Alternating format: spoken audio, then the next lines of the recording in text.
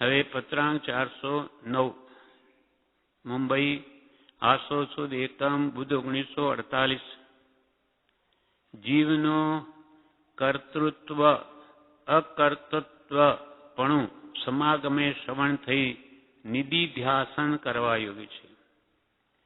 જીવનું કર્તૃત્વ અકૃતૃત્વ એટલે જીવના સ્વભાવનું કર્તાપણું કે અકર્તાપણું તે શું છે તેનું કે શ્રવણ કરવું પછી નિધિધ્યાસન કરવું. જેમ કે જીવ સ્વભાવનો જ્યારે કરતા હોય સ્વભાવનો ત્યારે તે વિભાવનો અકર્તા છે.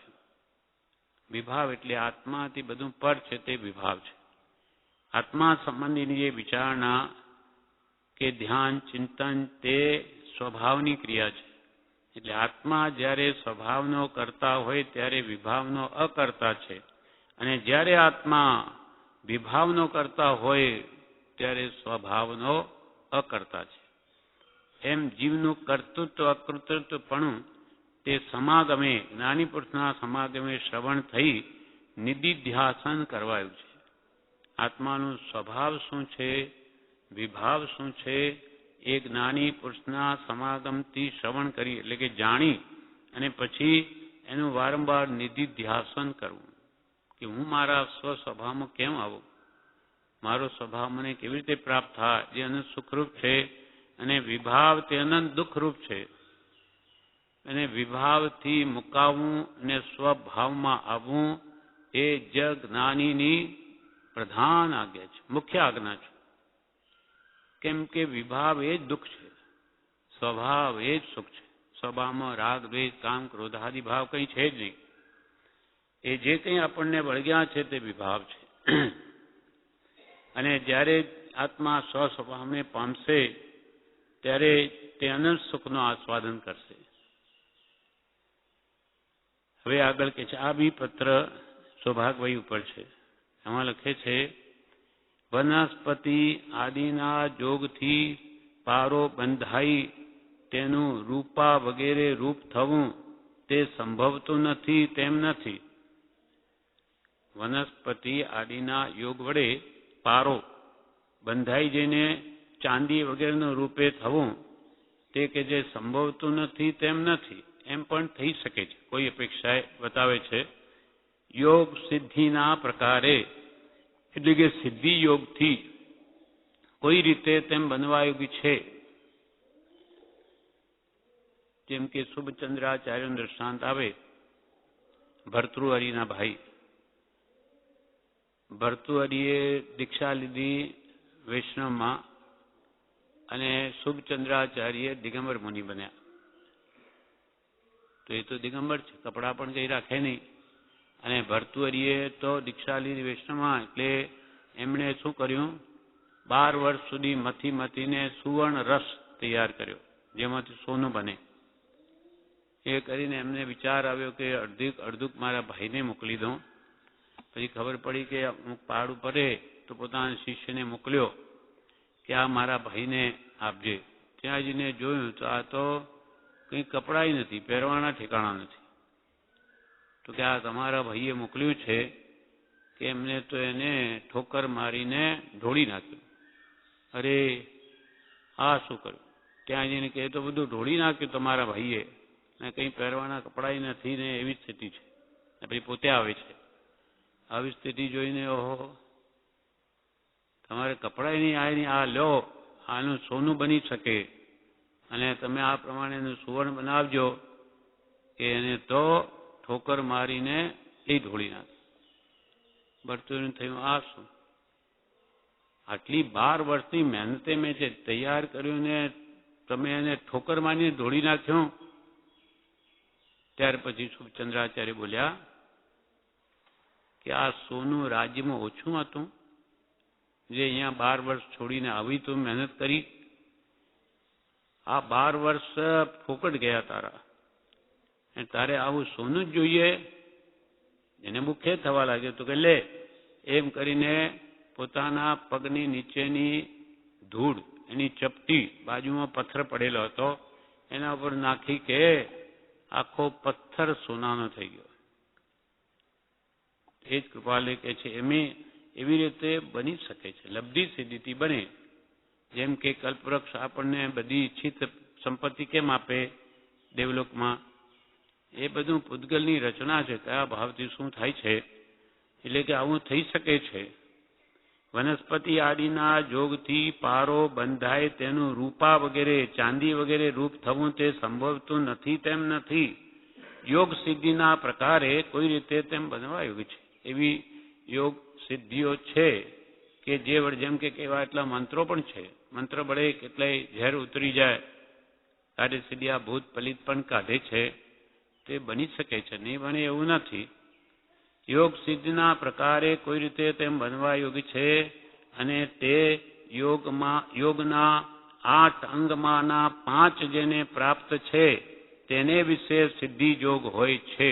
આવો સિદ્ધિ યોગ કોને હોય? યોગના 8 અંગ, જે 8 દ્રષ્ટિમાં કયા, એમાંના 5 જેને પ્રાપ્ત હોય, 5 અંગ, તેને આ સિદ્ધિ પ્રાપ્ત હોઈ શકે છે.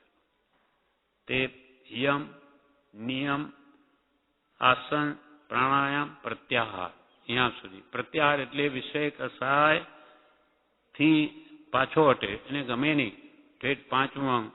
એ 5 યોગ સાધનાના અંગો જેને પ્રાપ્ત હોય, એક ધારણા, ધ્યાન ને સમાધિ, એ આગળની સ્ટેજ છે, પણ પ્રાપ્ત 5 જેને હોય તેને આ યોગ સિદ્ધિ થઈ શકે છે. યોગના 8 અંગમાંના 5 અંગ જેને પ્રાપ્ત છે તેને વિશે સિદ્ધિ યોગ હોય છે. આ સિવાયની કલ્પના માત્ર કાળક્ષેપ રૂપ છે, બાકી બધી કલ્પનાઓ છે. તેનો વિચાર ઉદય આવે તે પણ એક કૌતુકભૂત છે. આવી સિદ્ધિના વિચારો કરવા એ પણ એક જાતનો કૌતુક માત્ર છે, એનાથી કે આત્મકલ્યાણ નથી. કૌતુક આત્મ પરિણામને વિશે યોગ્ય નથી. આવી આ સિદ્ધિ યોગની વાતો જે વારંવાર સૌભાગભાઈ કૃપાલે લખે કે સિદ્ધિ પ્રગટાવો, આ બધી વાતો આત્માના પરિણામ માટે યોગ્ય નથી. આત્મકલ્યાણમાં આ બધું બાધક છે. કૃપાલયને પુરુષે કહેલું કે મુનિ લબ્ધિ સિદ્ધિઓ પ્રગટ છે, ઓળંગી જજો. આમાં પડશોમાં પુરુષે કે બધી છે લબ્ધિ સિદ્ધિઓ, પણ તો લાત મારીને કાઢી મૂકી છે, નહીં જોયા. આ બધા બાધક છે આત્મકલ્યાણમાં. કૌતુક આત્મ પરિણામની વિશે યોગ્ય નથી. પારાનો સ્વાભાવિક પારાપણું છે.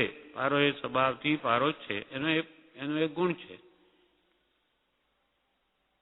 એમ દરેક વસ્તુના ગુણધર્મ એમાં હોય છે. એમાં શું શંકા? જેમ કે કોઈ કે આ લીમડો કડવો જ કેમ, એ શેરડીઓ મીઠો કેમ નહીં? તો કે સ્વાભાવિક આ શંકા, એનો સ્વભાવ છે એવો દ્રવ્યનો. તેમ આત્મામાં જ જ્ઞાન દર્શન ગુણ કેમ, એમ જડમાં કેમ નહીં? સ્વભાવ છે. દરેક દ્રવ્ય પોતપોતાના સ્વભાવમાં રમે. એ પોતાનો સ્વભાવ છોડીને કદી પણ બીજા સ્વભાવ રૂપે પરિણમે નહીં. એક દ્રવ્ય કોઈ દિવસ બીજા દ્રવ્ય રૂપે થાય જ નહીં. જ્ઞાન કદી પણ જડ થાય નહીં, જડ કદી ચેતન થાય નહીં, ચેતન કદી જડ થાય નહીં. જડ ભાવે જડ પરિણમે, ચેતન ચેતન ભાવ, કોઈ પલટે નહીં, છોડી આપ સ્વભાવ. પોતાનો સ્વભાવ છોડીને કોઈ કાળે કોઈ પલટે નહીં. એટલે એમ આત્મા આત્મા જ રહે ત્રણેય કાળ. આપણે માનીએ કે નહીં માનીએ, તે આપણે આત્મા જ છીએ. આપણે માનો કે નહીં માનો એથી ફરક નથી પડતો. કે હું તો શરીરને જ આત્મા માનું, તું તો બધું માને, પણ તેથી શું? એ જડ જ રહે. તું જડને ચેતન માને તેથી કે જડ ચેતન ન થાય, અથવા જડ એવા આ શરીરને આત્મા માને, એ જ હું છું, આત્મા જ છે, તું માને એથી શું થઈ ગયું? જે અનાદિ સિદ્ધ વસ્તુ છે એમાં ત્રણેય કાળમાં ફેર નહીં પડે. એમ પારાનું સ્વાભાવિક પારાપણું છે, એમાં કંઈ બીજું ના આવે. એ એનો ગુણધર્મ છે. પારાની કેવી ક્વોલિટી છે? પારો તો બધા જોઈ જ હશે. એના આપણે 1000 ટુકડા કરો ભલે, આમ પીસેસ પાસે અડ્યા કે તરત જ એક થઈ જાય. અને આમ ભલે જુદા આમ હાથથી કરીને અનેક ટુકડા આપણે પાડી શકાય, પણ પાછા અડે તો પાછા એક. એવું નરકમાં છે. નરકના જીવો અને એકબીજાને મારે, કાપે, કેટલા ટુકડા થઈ જાય, પણ તરત જ પાછા પારાની જેમ સંધાઈ જાય. મૃત્યુ થતું નથી આયુષ્ય પૂરું થયા પહેલા. એ નારકીઓ હંમેશા મરવાની જ ઈચ્છે, એટલું બધું દુઃખ હોય છે, પણ મરી નથી શકતા. પારાની જેમ પાછા બધા પીસે જોડાઈ જાય છે. એમ એ રિદ્ધિ સિદ્ધિ તો ઠેઠ પાંચમું અંગ જ્યાં સુધી પાંચમી કે છઠ્ઠી દ્રષ્ટિમાં થાય છે ત્યારે આ બધું હોય છે. આ બધી રિદ્ધિ સિદ્ધિ. રિદ્ધિ સિદ્ધિ સભી ઘટમાં પૈસે, અષ્ટ મહાસિદ્ધિ પાસે રે. પાંચમા એ ગુણ રાજ તણો ન વિસારું વાલા, સંભારો દિન રાત રે. આ પ્રમાણે આ પત્રાંક 409 પૂરો થયો. એનું પણ વિવેચન નથી. હવે પત્રાંક 410 મુંબઈ આસો શુદ્ધ આવતીકાલ લઈશું આપણે. 410 પત્ર મોટો છે, એનું વિવેચન વગેરે. વચનામૃત પાન 353 પત્રાંક 410 મુંબઈ આસો શુદ્ધ સાતમ ભોમ 1948. આ પત્ર પણ સૌભાગભાઈ ઉપર જ છે. એમાં કૃપાલી લખે છે, પ્રગટ આત્મ સ્વરૂપ અવિચ્છિન્નપણે ભજવા યોગી છે. પ્રગટ આત્મ સ્વરૂપ અવિચ્છિન્નપણે ભજવા યોગી છે. પ્રગટ આત્મ સ્વરૂપ, જેને આત્મા પ્રગટ છે, પ્રત્યક્ષ છે. જેમ કે કૃપાલે કહે કે સદગુરુ. સદગુરુ કોણ? જેને આત્મા પ્રત્યક્ષ છે, પ્રત્યક્ષ પુરુષ. કૃપાલે કહ્યું પ્રત્યક્ષ એટલે જીવ શું સમજે, આપણા જેવા પ્રત્યક્ષ. અને 4 જણા લેબલ લગાડી દે કે આ તો ગુરુ છે આપણા, એટલે ગુરુ થઈ ગયા. પણ ખરેખર એને આત્મા પ્રત્યક્ષ છે, પ્રગટ છે કે નહીં? તેને કૃપાલે કે પ્રગટ આત્મ સ્વરૂપ, જેને શુદ્ધ આત્માનું સ્વરૂપ પ્રગટ થયું તે જ ખરેખર પ્રત્યક્ષ પુરુષ છે. આત્મા જેને પ્રત્યક્ષ છે, પ્રગટ છે. તો અહીંયા કે પ્રગટ આત્મ સ્વરૂપ જેને પ્રાપ્ત છે એવા પુરુષને અવિચ્છિન્નપણે ભજવા યોગી છે. અવિચ્છિન્ન એટલે અખંડપણે, નિરંતર એની ભજના કરવા યોગી છે. કેમ કે શુદ્ધ સ્વરૂપમાં સ્થિત છે. કૃપાલય કોણ? તો શુદ્ધ આત્મા. એને હંમેશા સ્વરૂપમાં રમે છે. સ્વરૂપા ચરણરૂપ ચારિત્રથી તો ઘણી ઊંચી દશા છે જેમની. એટલે પ્રગટ આત્મ સ્વરૂપ જેનું છે તે પુરુષને અવિચ્છિન્નપણે ભજવા યોગી છે.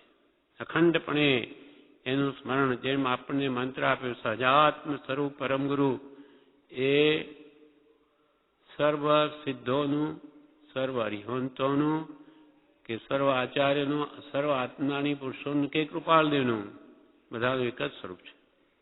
અને નિશ્ચય ને એ તો પ્રભુ શ્રી કે તું પણ એમાં ભજાય છે, તું પડી રહેતો નથી, તું શુદ્ધ સ્વતંત્ર સ્વરૂપી છો. એટલે શુદ્ધ સ્વરૂપની ભજના એ જ આપણું મૂળ સ્વરૂપ છે. અને નિરંતર એની તમે કે ધ્યાન કરો, સ્મરણ કરો, રચના કરો. કેમ કે આ જીવ ભૂલી જ ગયો છે પોતાના સ્વરૂપને, અને પર પદાર્થોને જ પોતાના માનીને રાગદ્વેષ કરે છે. બસ ત્યાં જ ભૂલ છે, મોટી ભૂલ.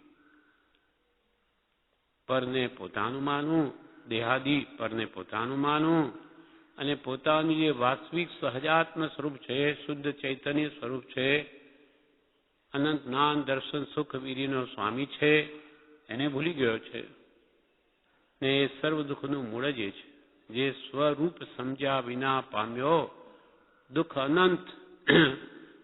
ભૂતકાળમાં તો પામ્યો, પણ હજુ નહીં સમજે તો હજુ અનંત દુઃખ ભાત છે, ક્યાંય ગયા નથી હજુ. આ પ્રાપ્તિ આ બ્રહ્મ કરી લે અને માન્યતા ફેરવી નાખે કે દેહતે હું નહીં, હું તો આત્મા જ. જેવો જ્ઞાનીએ જાણ્યું, જો અનુભવે એવું દ્રઢ કરી લે. સજાત્મ સ્વરૂપ, સજાત્મ સ્વરૂપ. એ સંસ્કાર ગાઢ કરી દે મન વખતે આવીને એમ જ ચિત્રે તો કામ થઈ જાય. એટલે પ્રગટ આત્મ સ્વરૂપ અવિચ્છિન્નપણે ભજવા યોગી છે. વાસ્તવિક તો એમ છે, વાસ્તવિક તો એમ છે કે કરેલા કર્મ ભોગવ્યા વિના નિવૃત્ત થાય નહીં. વાસ્તવિકતા બતાવે કૃપાલે. વાસ્તવિક રૂપે તો એમ છે કે કરેલા કર્મ ભોગવ્યા વિના નિવૃત્ત થાય નહીં, અને નહીં કરેલું એવું કંઈ કર્મફળ પ્રાપ્ત થાય નહીં. જે આપણે કર્મો કર્યા જ નથી તેનું ફળ કોઈ કાળે આપણને ભોગવવું પડે નહીં. કોઈ કોઈ વખત અકસ્માત કોઈનું શુભ અથવા અશુભ વર અથવા શાપથી થયેલું દેખવામાં આવે છે. તે કંઈ નહીં કરેલા કર્મનું ફળ નથી. કોઈ પણ પ્રકારે કરેલા કર્મનું ફળ છે. કોઈ કે એને શાપ આપ્યો, જુઓ એનું બધું હવે બગડી ગયું, અથવા એને આશીર્વાદ આપ્યો એટલે એનું કલ્યાણ થઈ જશે, એમ કંઈ થતું નથી. થવું ન થવું તો પોતાના કરેલા કર્મો પર આધાર છે. કર્મ એટલે કામો. પોતે આવા મોક્ષને અનુરૂપ જે કામો કર્યા છે તો જરૂર મુક્તિ પામશે, અને શુભ ક્રિયા કરીને માત્ર ભોગોનો કે દેવલોક આદિનો લક્ષ્ય રાખ્યો તો તે રૂપ ફળ મળશે. પણ કોઈ ક્રિયા વાંજણી નથી. જે કરશે તેનું ફળ તો આવશે જ, અને ભોગવવું જ પડશે. અનેક કર્મો જ્ઞાનીઓ જ્ઞાન ધ્યાનથી ખપાવી નાખે છે, પણ જે નહીં જ ખપી શકે અથવા નહીં જ ખપાવે જ્ઞાન ધ્યાનથી તો બધા ઊભા જ છે, સત્તામાં પડેલા જ છે. અને એનો જ્યારે કાળ પાકશે ત્યારે એના ફળ તો આવશે જ. એટલે મહાપુરુષો કે છે, કર્મના ઉદય વખતે જો સોચ કરો છો કૃપાલે કે શુભાશુભ ભોગવતા જો સોચ કરો તો હવે એ પણ ધ્યાન રાખો કે નવા બાંધતા પરિણામે તેવા તો બંધાતા નથી. આપણને દુઃખ ગમતું નથી તો દુઃખના કારણો સેવોમાં. કારણ ઉપાસે દુઃખના તો દુઃખ આખીર મૂજવે. આવે દુઃખ કેમ કે તે કારણ દુઃખના સેવ્યા છે. સુખ દીધા સુખ હોય છે, દુઃખ દીધા દુઃખ હોય. આ ભણેની અવર કહું તો અપને હણે ન કોઈ. વાસ્તવિક તો એમ છે કે કરેલા કર્મ ભોગવ્યા વિના નિવૃત્ત થાય નહીં, અને નહીં કરેલું એવું કંઈ કર્મફળ, જે કર્મો આપણે કર્યા જ નથી તો એનું ફળ આપણને કોઈ કાળે ભોગવવું પડે નહીં. અને નહીં કરેલું એવું કંઈ કર્મફળ પ્રાપ્ત થાય નહીં. કોઈ કોઈ વખત અકસ્માત કોઈનું શુભ અથવા અશુભ વર એટલે વરદાન અથવા શાપથી થયેલું દેખવામાં આવે તો કે છે કંઈ એને શાપ આપ્યો તેથી એનું બગડી ગયું, એમ થાય જ નહીં. પૂર્વે એણે કંઈ એવું કર્યું છે એ તો એક નિમિત્ત બન્યું છે કે બેને શાપ આપ્યો તેથી બન્યું. બાકી એને આપણું અહિત ચિંતવીએ તેથી આપણું અહિત થઈ જાય એમ બને નહીં. જેમ કે આપણે આખા જગતનું ભલું ઈચ્છીએ, જેમ સવારમાં રોજે આલોચના બોલીએ છીએ, સુખી રહે સબ જીવ જગત કે. બધા જગતના જીવો સુખી જ રહે. આપણે તો સારી ભાવના આવી બધા સુખી રહે તેથી થઈ ગયા બધા સુખી. આપણે ઉત્તમ ભાવના ભાવી એટલે આપણા આત્માને જરૂર સુખ થાય આ ભાવથી, આપણા ભાવથી.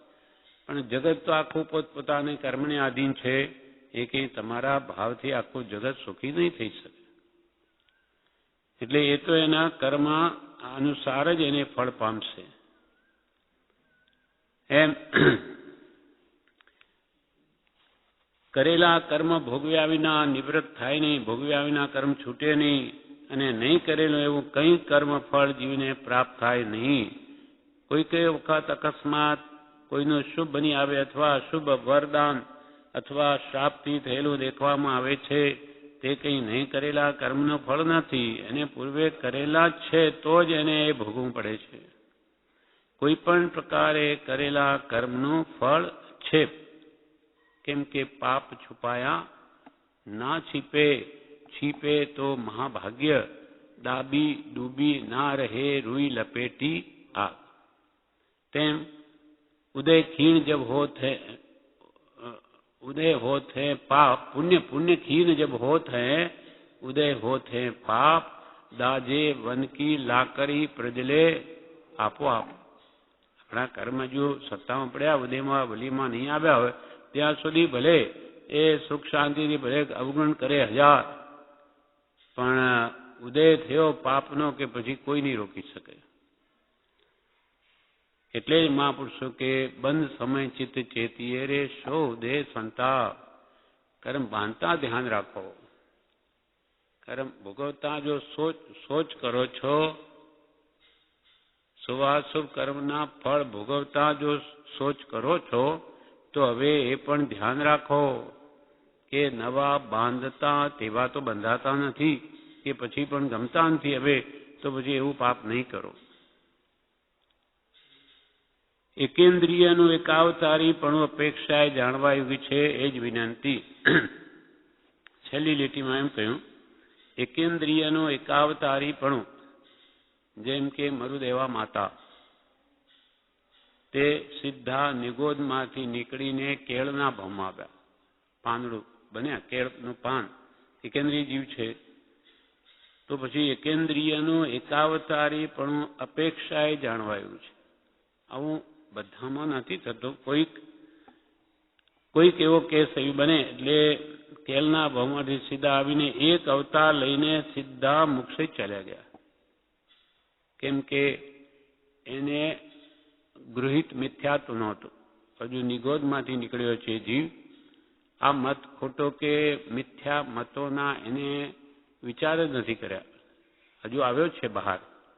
એટલે એને એક તો અગૃહિત મિથ્યાત્વ તો અનાદિકાળનું છે આપણે બધાને, પણ અહીંયા જે ખોટા મતોની શ્રદ્ધા કરીએ આપણે એ ગૃહિત મિથ્યાત્વ કહેવાય. એ તો હજુ એને છે જ નહીં, હજુ નીકળ્યો છે બહાર.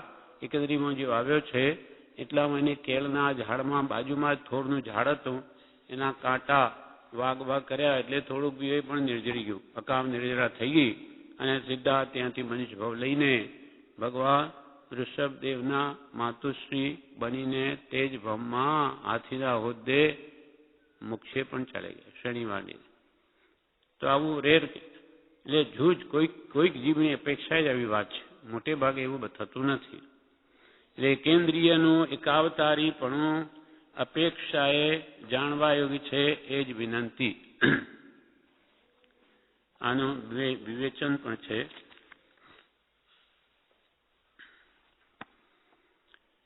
વચનામૃત વિવેચન ભાગ બીજો, બોધામૃત ભાગ 2, પાનું 102, પત્રાંક 410નું વિવેચન. શ્રીમદ રાજચંદ્ર આશ્રમકાશ આસોવદ 11 સંમત 2009. ભજવા યોગ્ય શું છે તે કહે છે. ભજવા યોગ્ય શું છે? આપણે ભજના કોની કરવી છે તે શું છે તે કહે છે. શુદ્ધ આત્મા ભજવા યોગ્ય છે. શુદ્ધ આત્માની ભજના કરવી છે. આપણે પણ શુદ્ધ આત્મા પ્રાપ્ત કરવો છે. આપણા આત્મા તો છે, શુદ્ધતા બી અંદર છે, મૂળ સ્વરૂપે શુદ્ધતા છે, પણ કર્મોના કારણે વર્તમાનમાં અશુદ્ધ છે. રાગ દ્વેષ કામ ક્રોધાદિ ભાવોથી મલિન છે. એ આત્માને શુદ્ધિ કરવા માટે જેને શુદ્ધતા પ્રાપ્ત છે તેને ભજવા યોગ્ય છે. શુદ્ધાત્મા ભજવા યોગ્ય છે. સર્વજીવ છે સિદ્ધ સમ. આપણે પણ નિશ્ચયને તો સિદ્ધ પરમાત્મા જેવા જ છીએ એમ કહ્યું, પણ કયાથી કંઈ થાય નહીં. આપણે પણ હું ભગવાન સિદ્ધ જેવો જ છું, પણ એમ કહેવા માત્રથી તે સ્વરૂપ પ્રગટ થાય નહીં. જે સમજે તે થાય. સર્વજીવ છે સિદ્ધ સમ, પણ જે સમજે તે થાય, જરૂર થાય તે રૂપે. એને જે રીત હોય પ્રોસેસ એ કરે તો જરૂર થાય. જેને આત્મ સ્વરૂપ પ્રગટ છે તે નિરંતર ભજવા યોગ્ય છે. આ પ્રોસેસ છે. હું કોણ છું? હું દેહાદિ સ્વરૂપ નથી, સજાત્મ સ્વરૂપ છું, સુચેતન સ્વરૂપ છું. એ જે ભજના એને કાળે કરીને તે રૂપ બનાવી દે. એટલે શુદ્ધ સ્વરૂપ ભજવા યોગ્ય છે. તેલની ધારાની પેઠે અવિચ્છિન્ન ધારાએ પ્રગટ આત્મ સ્વરૂપ ભજવા યોગી છે. અવિચ્છિન્ન ધારા, અખંડ ધારા, તેલની ધાર પડતી હોય તો એક ધારું કેમ પડે? એમ કે છે ખંડિત કર્યા વગર નિરંતર હંમેશા આ રટના રહેવી જોઈએ, તો કામ વહેલું થાય. તેલની ધારાની પેઠે અવિચ્છિન્ન ધારાએ પ્રગટ આત્મ સ્વરૂપ ભજવા યોગી છે. અને આપણને પણ આ શુદ્ધ આત્મ સ્વરૂપની જ ભજના આપી છે. કૃપાલદેવે જે મંત્ર આપ્યો તે શુદ્ધ ચૈતન્ય સ્વરૂપની જ ભજના આપી છે. અને મુખ્ય આજ્ઞા પણ મંત્રની જ છે. જે મોક્ષે ગયા તેણે તેણે એવું કર્યું છે, સ્વરૂપની ભજના જ કરી છે. જેમ કે પ્રભુશ્રીને આજ્ઞા આપી તો એ રાત દાડો એની ધૂન લગાડી. જેમ જ્યારે જુઓ ત્યારે એમને મોંમાં એ હોય જ. જેમ છોટાભાઈને જેમ જોઈએ તો કે જ્યારે જોઈએ ત્યારે પ્રભુ કે એના મોઢામાં બહુ પુણ્ય કેરા પુંજથી શુભદેહ માનવનો મળ્યો. તેમ પ્રભુશ્રીએ રાત દિવસ એની ધૂન લગાડી તો પણ કે છે કંઈ પ્રાપ્તિ થતી નથી, અધીરાઈ આવી ગઈ. પાતો કૃપાલય હતા, એમને ચેતાયું જારી રાખો મુનિ, શું જોવાનું છે? તો જારી રહે તો ફળ પાક્યું. એમ તેલની ધારાની પેઠે અવિચ્છિન્ન ધારાએ પ્રગટ આત્મ સ્વરૂપ ભજવા યોગી છે. જે મોક્ષે ગયા તેણે તેણે એવું કર્યું છે, તેને સ્વરૂપની ભજના કરી છે અને તે સ્વરૂપને પામ્યા છે. જેને આત્માનું કામ કરવું છે તેને તેનો લક્ષ્ય રાખ્યા વિના કામ થાય નહીં. આપણે સ્વરૂપ પ્રાપ્ત કરવું હોય, કૃપાલે કહ્યું ને 86માં પત્રમાં, આત્માની ઓળખાણ કરવી હોય તો આત્માના પરિચય થવું, પર વસ્તુના ત્યાગી થવું. આપણે જે વસ્તુ પ્રાપ્ત કરવી છે તેની ભજના કરવી પડશે. એટલે જેને આત્માનું કામ કરવું છે, જેને આત્મ સ્વરૂપ પ્રગટ કરવું છે તેને તેનો લક્ષ્ય રાખ્યા વિના તે સ્વરૂપનો લક્ષ્ય, સ્વરૂપ લક્ષ્ય જીન આજ્ઞા અધીન જો, અથવા આત્માર્થનું લક્ષ્ય રાખવા કહ્યું. જે કંઈ પણ ધર્મના નામે ક્રિયા કરું બધું આત્માર્થ અને કોઈ પ્રયોજન અર્થે નહીં, માત્ર મોક્ષ અભિલાષ. એટલે પ્રભુ કે જે કંઈ પણ ધર્મ ક્રિયા કરો તે પહેલા આત્માર્થે એ મેળવણ નાખજો અને કોઈ પ્રયોજન અર્થે નહીં. મારો આત્મા જન્મણથી છૂટે, રાગવેશથી મુક્ત થાય એના માટે કરું છું, બીજો કોઈ સંસારિક સુખ માટે નહીં કે દેવલોક આદિ માટે નહીં જ.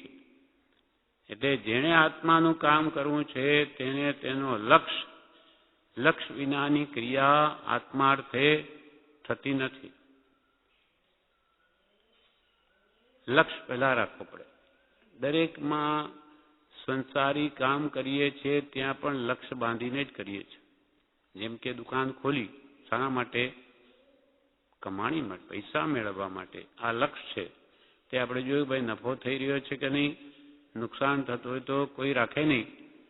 તેમ ત્યાં પણ લક્ષ્ય છે. કોઈ પણ ક્રિયા કરીએ છે તે લક્ષ્ય બાંધીને આ મારે કરવું છે માટે કરું છું.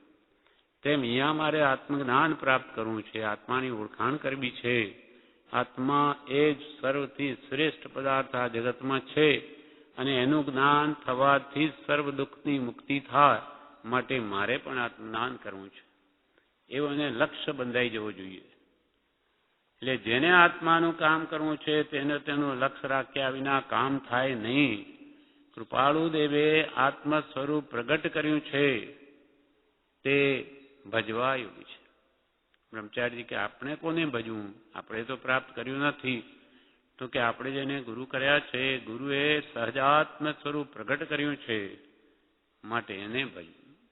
એટલે કૃપાલય એટલે શુદ્ધ આત્મા જ. આ તો એમનું શરીર છે, ભજવા યોગ્ય એમને અંદર રહેલો શુદ્ધ આત્મા, તેની ભજના કરવાની છે. કૃપાળુ દેવે આત્મ સ્વરૂપ પ્રગટ કર્યું છે તે ભજવા યોગી છે. જેને ઈચ્છા હોય કે મારે નિરંતર આત્માને ભજવો છે તેને પણ વચ્ચે પાછા કર્મો આવે આપણે માનો આખો દાડો કે આપણે એ જ કરીએ પણ નહીં થાય.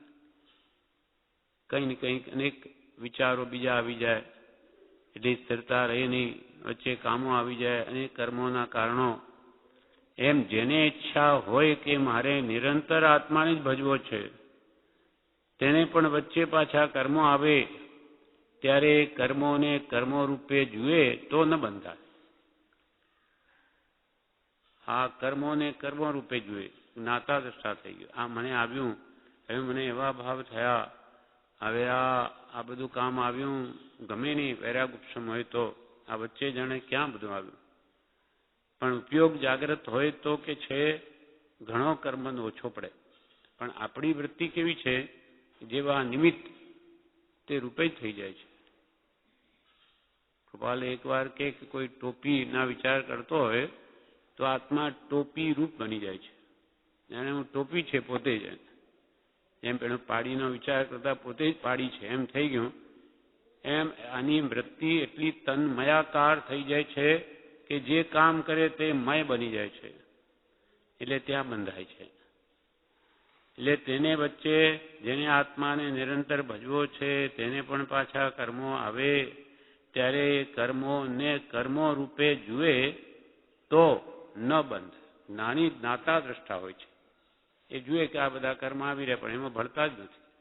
એમને તો જ્ઞાન અને વૈરાગીની શક્તિથી એ બધું કરે છે. એટલે ભલે ને ઉદય ભોગવે સમકીતી કરે ન નૂતન બંધ. મહિમા જ્ઞાન વૈરાગી, જ્ઞાન પ્રગટ છે અને એના કારણે વૈરાગ્ય પણ અદભુત છે. ક્યાંય રાગ થતો નથી, માટે તેની દરેક ક્રિયા છૂટવા માટે જ હોય છે. ત્યારે કર્મોને કર્મો રૂપે જોઈએ તો ન બંધાય. નાનીએ સ્મરણ વગેરે શિખામણ આપી હોય તેમાં ચિત્ત રાખે તો કર્મ આવી ચાલ્યા જાય. આપણે આપી છે, આપણે મંત્ર આપ્યો છે. આનું દ્રષ્ટાંત પણ સમજાવ્યું કે માએ બાળકને થાળમાં ખીર આપી ને કહ્યું, લાકડી આપી કે જો કૂતરા આવે તો આ લાકડી ઉગામજે. એટલે તો કૂતરા આવ્યા, એ તો કોઈ લાકડી ઉગામી નહીં, એટલે કૂતરા તો બધી ખીર ખાઈ ગયા. એટલે પછી આવીને માએ કહ્યું કે તે શું કર્યું? આ તો કે તો કૂતરા ખાઈ ગયા ખીર. અરે મેં તને લાકડી આપેલી, મેં તો ઉગામી નહીં. તેવું આપણને જ્ઞાનીઓ કે છે, નાનીએ સ્મરણ વગેરે શિખામણ આપી હોય, આપણને આપી છે કે તમને મુજબ છે અનેક કર્મો, તે વખતે તમે કે એનો આશ્રય લો. આ લાકડી રૂપ સ્મરણ સજાત્મ સ્વરૂપ સજા એ તો આવશે જ. કર્મ સુખ દુઃખ બધાને આવે, આપણા જ બાંધેલા આવે છે. પણ આ સ્મરણરૂપ લાકડીનો આશ્રય લે તો બધા ભાગી જાય. એ તો જવા જ આવે છે. જે ઉદયાવલીમાં બેઠા એ તો ખરવાના, એ કંઈ પાછા ચોટી ન જાય. પણ આ જીવ એને પોતાના કરી લે છે. એમાં ભળીને મને આ કેમ આવ્યું, મારે કેમ, મારે એમ કરીને નવા બાંધી દે. નાની એ સ્મરણ વગેરે, પછી સ્મરણ કે ભક્તિ કે સ્વાધ્યાય કોઈ પણ રીતે મનને તેમાં રોકે, તેમાં ભળે નહીં. પર વસ્તુમાં નાની એ સ્મરણ વગેરે શિખામણ આપી હોય તેમાં ચિત્ત રાખે તો કર્મ આવી ચાલ્યા જાય. જેમ કે અહીંયા છે, આપણે અહીંયા બેઠા છીએ. કર્મનો ઉદય તો દરેક પ્રાણીને પ્રતિ સમયે છે, પ્રતિ સમય. આપણે અહીંયા કર્મ ઉદય તો દરેકના હોય જ, પ્રતિ સમય ઉદય ચાલુ હોય. પણ હવે અહીંયા નિમિત્ત એવા નથી. અને કોઈ કર્મને આધીન ભાવ આવી જાય, કોઈના પ્રત્યે કોઈની સ્મૃતિ આવી જાય અને આપણને એના પ્રત્યે દ્વેષ બુદ્ધિ થઈ જાય એવી કે ફલાણા ભાઈએ મારું આમ બગાડેલું. પણ અહીંયા તરત જ પાછો ઉપયોગ આપણો કાં ભક્તિમાં હોય કે સ્વાધ્યાયમાં મન રોકાય એટલે એ વિચાર આવેલો જતો રહે પાછો, કેમ કે કામ બીજું ચાલી રહ્યું છે. અને આનો આ વિચાર ઘરે આવે તે વખતે આપણે સંસારિક કામોમાં કે બીજા વિચારોમાં હોઈએ એટલે પેલો વિચાર બળ પકડે. નિમિત્ત એવા છે બધા. એટલે આપણે કોઈ બીજાને કહે કે હા આવું ફલાણે કરેલું, આમ કરેલું, આપણે એમ કરવું જોઈએ, એવી વિચારણા બીજે ચડી જાય તો ત્યાં એ કર્મનો ઉદય રસ ઉદય થયો કહેવાય. ઘરે એ જ કર્મ. અને અહીંયા કોઈ ક્રોધનો ઉદય આવી ગયો તો એ પ્રદેશ ઉદય થઈને ખરી જાય, કેમ કે એવા નિમિત્ત નથી. અહીંયા કોને કહે? એટલે મહાપુરુષો કે ભક્તિમાં મોટો લાભ છે. ઘરે ભક્તિ કરવી અને અહીંયા ભક્તિ કરવામાં કેટલો લાભ તે પ્રભુશ્રી એકવાર કહ્યું કે જમણ અને ઘરે જમીએ અને જમણવારમાં જઈએ એટલો અંતર છે. ઘરે શું હોય? રોટલી શાક હોય. જ્યારે જમણવારમાં તો અનેક વસ્તુ હોય. એટલે કે જેમ અહીંયા ભક્તિમાં ઘણો મોટો લાભ છે. વિક્ષેપ કોઈ નહીં, કોઈ આ વાતો થાય નહીં, અને પ્રમાદ આવ્યો, ઈચ્છા થાય તો સૂઈ જવાય નહીં. કોણ સુવા દે અહીંયા? એટલે કે જા ઘરે જા. એટલે આ સૂઈ પણ ન શકાય, વાતો પણ નહીં કરાય. એટલે ઉપયોગ આપણે જ્યાં રાખવો સહેજે રહે. અને મોટામાં મોટો લાભ આ જ્ઞાનીની આજ્ઞા છે. આજ્ઞા એ જ ધર્મ છે, આજ્ઞા એ તપ છે. કેમ કે પ્રમાદે જીવને ભૂંડું કરવામાં કાંઈ પણ ન્યૂનતા રાખી નથી, તથાપિ આ જીવને નિજ હિતનો ઉપયોગ નથી. એ જ અતિશય ખેદકારક છે. પ્રભુશ્રીએ તો ભક્તિને કેટલી મહાન કહી. એકવાર મોહનભાઈ બ્રહ્મચારીની વાત આવે.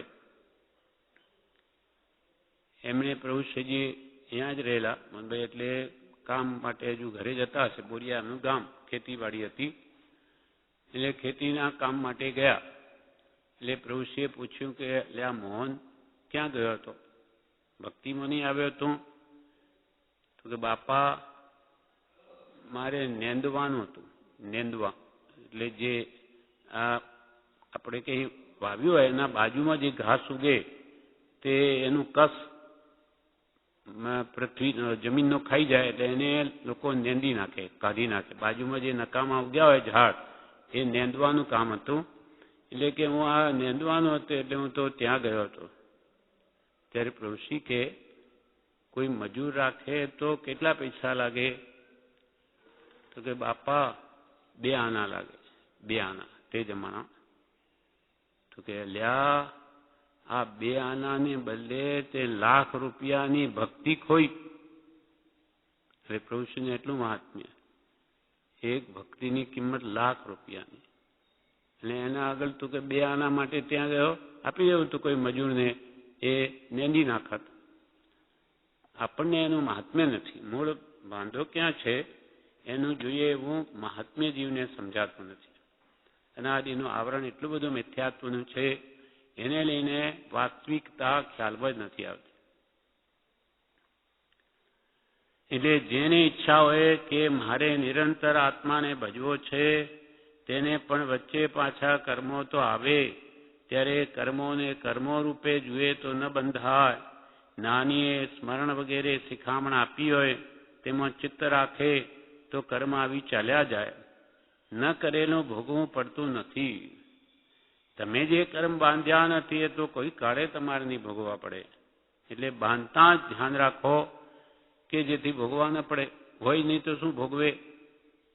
ન કરેલું ભોગવું પડતું નથી. કોઈ એમ કહે કે શાપ આપવાથી એવું થાય. આપણની દ્રષ્ટિ હંમેશા કંઈ પણ આપણે દુઃખ આવ્યું હોય કે આ કોણે કર્યું? ફલાણા, એણે આવું કર્યું ને એટલે મારે આવું થયું. આવી જીવની વૃત્તિ હંમેશા રહે છે. પણ આ મહારાજ પૂર્વે કરેલા કર્મનો આ ઉદય આવ્યો છે, આ ફળ છે. સામો વ્યક્તિ તો નિમિત્ત માત્ર છે. કેમ કે કોઈ કોઈનું બગાડી શકતું જ નથી અને કોઈ કોઈનું સુધારી પણ શકતું નથી. સારું થવું કે ખરાબ થવું બધા જ આપણા જ કર્મના ફળ છે. આ વાસ્તવિકતા છે. આપણે માનીએ કે ન માનીએ, નાની કે એમ જ છે. તારા દુઃખ આવ્યા બીજા કોઈ તને દુઃખ આપી શકે એમ નથી, અને ભગવાન પણ તને સુખી કરે એમ નથી, કરી શકે એમ નથી. ભગવાનને તો કરવા જ છે. એ તો બધાને મોક્ષે ચડાવવા છે, પણ ક્યાં બને છે? થઈ શકતું જ નથી. એ તો માત્ર ઉપદેશના દાતા છે. કરવું ન કરવું બધું આપણા હાથમાં છે. એટલે કે પોતિકો આત્મા જાગશે ત્યારે થશે. એટલે પ્રભુશ્રી કે ખરો ગુરુ તો તારો આત્મા, ગુરુએ તો ઘણું કહ્યું, પણ તું કરે જ નહીં, તું જ્ઞાની શું કરે? કોઈ એમ કહે કે શાપ આપવાથી એવું થાય, તો કહે કે એમ નથી. શાપ કોઈ આપીને આપણને દુઃખ ઊભું કરી ન શકે. અથવા કોઈ એમ કહે શાપ આપવાથી એવું થાય, તો કહે કે એમ નથી. એવું થવાનું હોય ત્યારે જ થાય છે. એવું થવાનું હોય ત્યારે એવું નિમિત્ત બને છે, અને આ જીવ પછી બધું નિમિત્ત ઉપર ઢોળી નાખે છે. આ એણે બગાડ્યું. પણ સારું થાય ત્યારે એમ નથી કહેતો કે ફલાણાએ એમ કીધેલું ને એટલે મારે સારું થયું. સારું તો બધું મેં જ કર્યું. હંમેશા કોઈ પણ સારું થાય તો તરત જ મેં આમ કર્યું ને તેમ કર્યું એટલે કામ થઈ ગયું. અને ખરાબ થયું ત્યારે કાં તો ત્રીજા વ્યક્તિનો દોષ કાઢે, કાં પછી ભગવાનનો.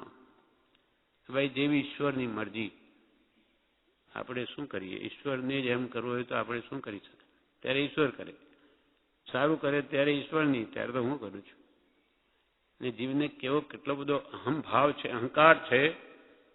બ્રહ્મચારી કે એની એક આંખ ઊંચી થાય છે ને ત્યારે એને જાણે હું કંઈક છું, હું આઈ એમ સમથિંગ. એને એટલો બધો અહંકાર અંદર હોય છે કે જોડાનું પણ એને અભિમાન હોય છે. જોડા તુચ્છ વસ્તુ છે, તો પણ મારા પગરખા છે ને એના કરતાં ઘણા સારા છે.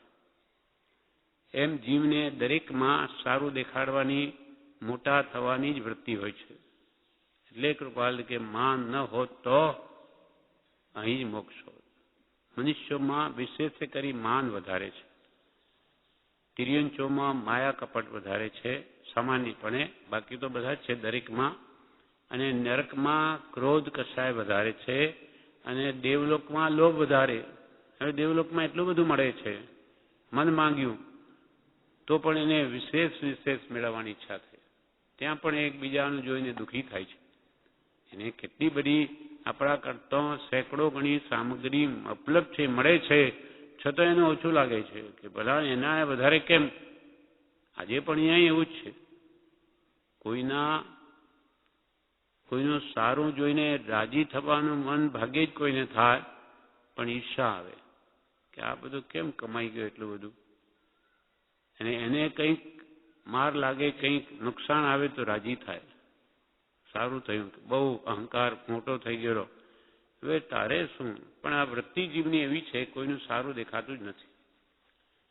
એ સત્પુરુષના બોધે જ આવા નિંદાના ભાવો, ઈર્ષા દ્વેષના જાય તો કે જગત જીવ હે કર્માધીના.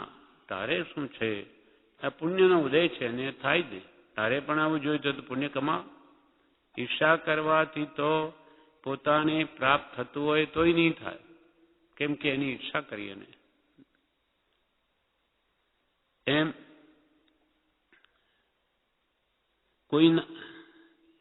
કોઈ કહે કે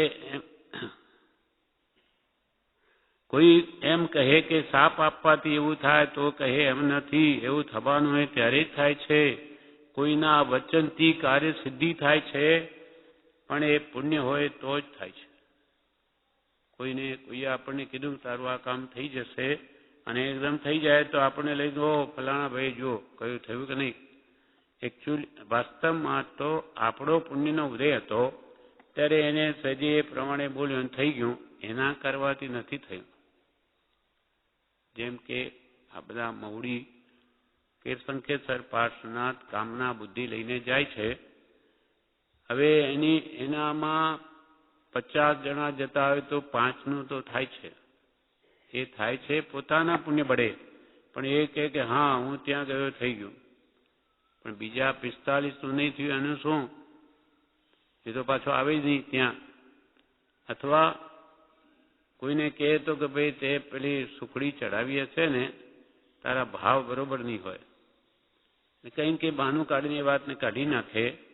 પણ જે 5નું કામ થઈ ગયું એ પાછા સગાવાલા 25ને વાત કરે, એટલે 25 જાય તો એમાંથી 2-5 તો નીકળે. આમ કરતા કરતા વર્ષોએ ખૂબ મોટું ટોળું થઈ જાય.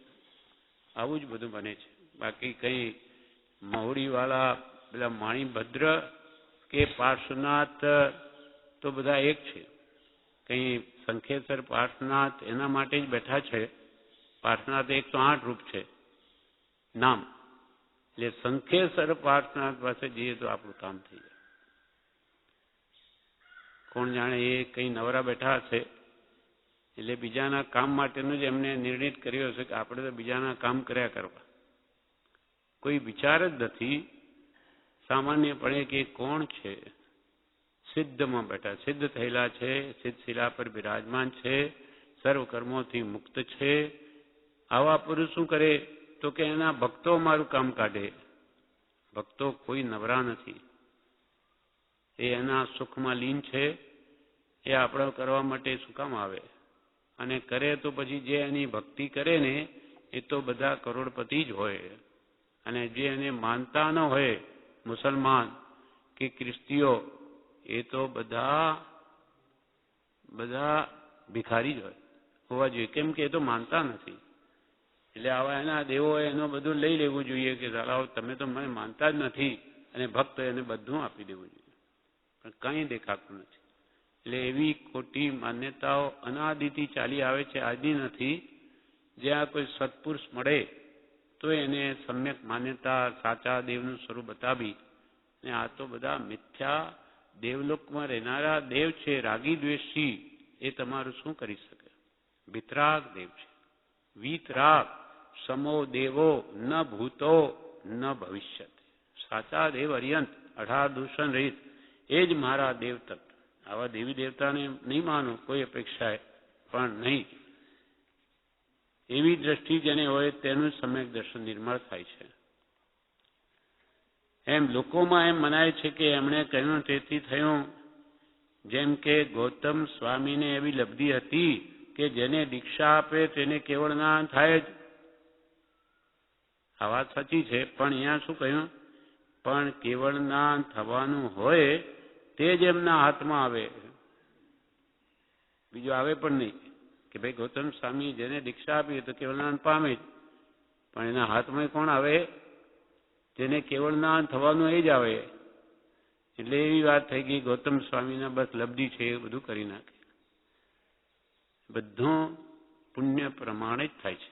કોઈ ગૌતમ સ્વામી કરી શકતા નથી અને ભગવાન મહાવીરે કરી છે. મહાવીર ભગવાન તો ખુલ્લું કહે છે કે તમારા કરેલા કર્મ પ્રમાણે જ થશે, કોઈ કંઈ નહીં કરી શકે. તોય એને નથી બેસતું. એકેન્દ્રિય પણ મનુષ્ય થઈને મોક્ષે જાય છે, તે પણ કોઈ જીવની અપેક્ષાએ સમજવાનું છે. જેમ કે મરુદેવા માતા એ ગયા એવી જાય છે, બની શકે, પણ કોઈક જીવ એવું બની શકે.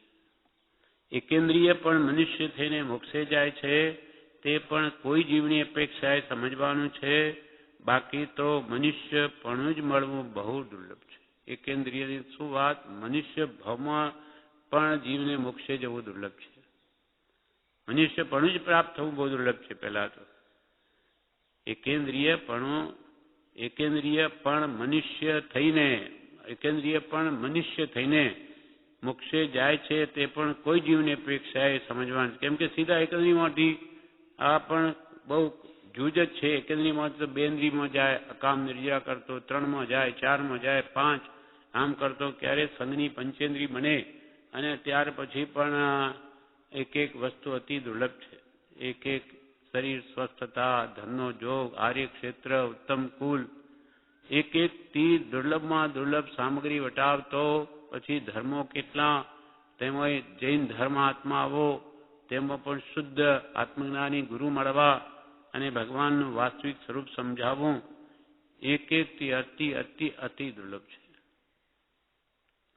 ભગવાન મહાવીરે અંતિમ ઉપદેશમાં કહ્યું, ચતુરાણી પરમંગાણી દુલ્હાણી જંતુણો માણુસત્તમ સુરી શ્રદ્ધા સંયમ અમીય વીર્યમ.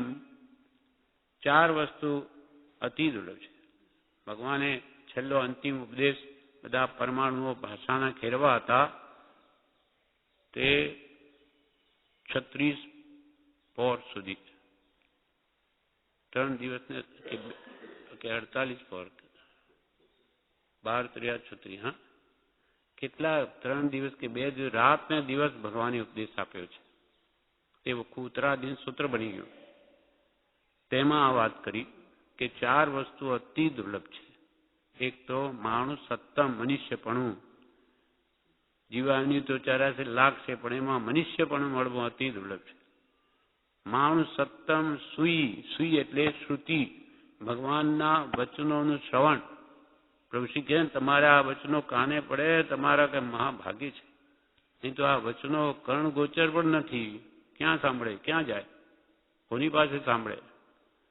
એટલે સુઈ એટલે શ્રુતિ, પછી શ્રદ્ધા, સત વચનો પછી શ્રદ્ધા આવી. શ્રદ્ધા તો પરમ દુર્લભ છે. સાંભળે ઘણા પણ માને કેટલા? ખરું માનવા પણ કોને કહેવાય? કે તે પ્રમાણે વર્તે તો, કરે તો. સુઈ શ્રદ્ધા, પછી સંયમ મમ્મીય વીર્યમ. સંયમ એટલે તે પ્રમાણે વર્તવા માટેનું વીર્યનું સ્ફુરવું, તે પ્રમાણે વર્તવું કરવું, એક-એકથી અતિ દુર્લભ છે. તેમ ભલે ને કેન્દ્રીય થઈને મોક્ષે જાય પણ કોઈ જીવની અપેક્ષા છે. બાકી તો મનુષ્ય પણ જ મળવું બહુ મુશ્કેલ છે, બહુ દુર્લભ છે. મોક્ષની સામગ્રી પણ મળવી બહુ દુર્લભ છે. આપણને બધું મળી ગયું એટલે આપણને સામાન્ય લાગે, પણ આમાં પાછળ કોઈ ખૂબ પુરુષાર્થ આપણો થયેલો છે. એ આપણને આજે ખ્યાલ નથી પૂર્વજન્મમાં શું કર્યું હશે. આ કંઈ સામાન્યપણે નથી મળ્યું આપણને. કેટલી બધી અજબ સામગ્રી મળી છે. હવે એનો આ જીવ ઉપયોગ ન કરે તો એના જેવો કોઈ મૂર્ખ શિરોમણી નથી. મોક્ષની સામગ્રી પણ મળવી બહુ દુર્લભ છે. અત્યારે આપણને સામગ્રી મળી છે પણ તેની કિંમત નથી. ઓહો, આવું મને મળી ગયું. દુનિયામાં કેટલા બધા જીવો દુઃખી છે, ઈચ્છાઓથી કેટલા અતૃપ્ત છે, અને આપણને અંતરમાં આવી શાંતિ, આવું સ્થાન, એ બધું કેમ મળ્યું? એવું શું કર્યું હશે પૂર્વમાં? અત્યારે આપણને સામગ્રી મળી છે પણ તેની કિંમત નથી.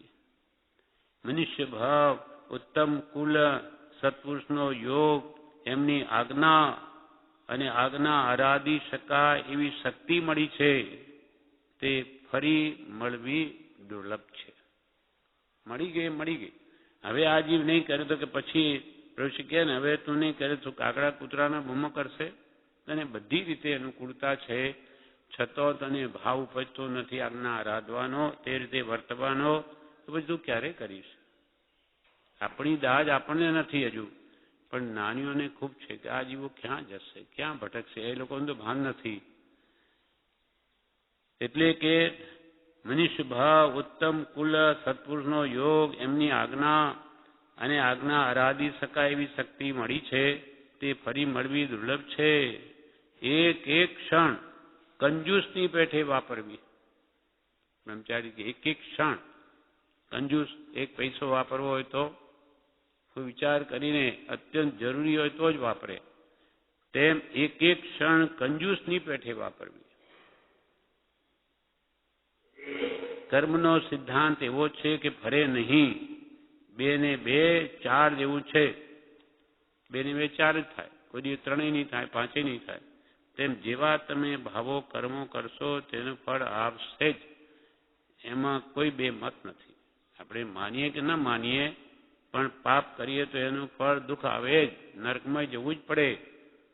પછી માને કે હું તો નહીં જાઉં, મને આવું કંઈ થાય નહીં, એ કંઈ ચાલે નહીં. ત્યાં કર્મ સિદ્ધાંત આગળ આપણું શું નાનીઓને નથી ચાલતું. કૃપાલે પોતે લખ્યું કે અવિષમ ભાવ વિના અમને પણ અબંધ પડા માટે બીજો કોઈ અધિકાર નથી. કે ભાઈ અમે તો મોટા જ્ઞાની થઈ ગયા એટલે અમે ગમે તેમ વર્તીએ, બોલીએ, ચાલીએ, બધું ચાલે, તો કે નહીં ચાલે. અવિષમ ભાવ જોઈશે. અમે પણ વિષમ ભાવ કર્યો, રાગ દ્વેષ એ વિષમ ભાવ છે, તો અમને પણ કર્મ બંધન થાય જ, કોઈને નહીં છોડે. ભગવાન મહાવીર જેવાને હવે આ બમો તો એમણે કંઈ કર્યું નથી, પણ પૂર્વે કર્યું છોડ્યા. કેવા ભયંકર દુઃખો આવ્યા છે, છાતી ફાટી જાય. એવો એક ઉપસર્ગ જો સંગમનો જોયો હોય તો માણસનું મૃત્યુ થઈ જાય. એવા ભયંકર ઉપસર્ગ એ આ ભગવાન જ એટલા બળવાન છે એટલે સહન કરી શક્યા, બાકી તો મરણ જ થાય.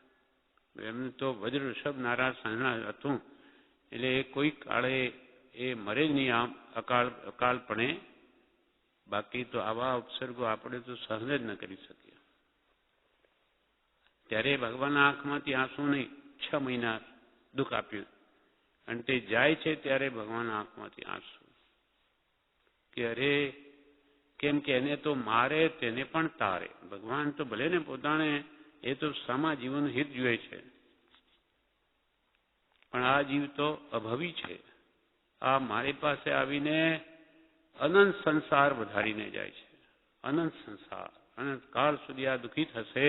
એટલે એ ભગવાનને વિચાર આવતા આંખમાંથી આંસુ આવે છે, પણ શું કરી શકે, એ બુঝે એવો જ નથી. બાકી કમઠ જે પાર્શ્વનાથ ભગવાને દુઃખ આપ્યું એને પણ તાર્યો. ભગવાન તો મારે તેને પણ તારે. એમને તો બધા માટે દયા મૂળ ધર્મ જ એવો છે કે મને દુઃખ આપે એને નહીં તારું એમ નહીં, એને પણ તારે. એટલે આ મનુષ્ય ભાવની અત્યંત દુર્લભ ક્ષણો છે. એક એક ક્ષણ કંજૂસની પેઠે વાપરવી. કર્મનો સિદ્ધાંત એવો છે કે તે ફરે નહીં. 2 ને 2 4 જેવું જ છે.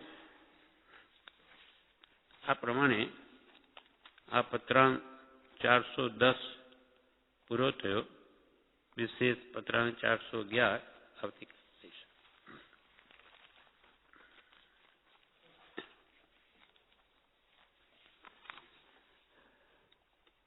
હવે આજે પ્રજ્ઞાબોધમાં કાલે પાઠ હતો રસાસ્વાદ. પાઠ 93 કાલે પૂરો થયો.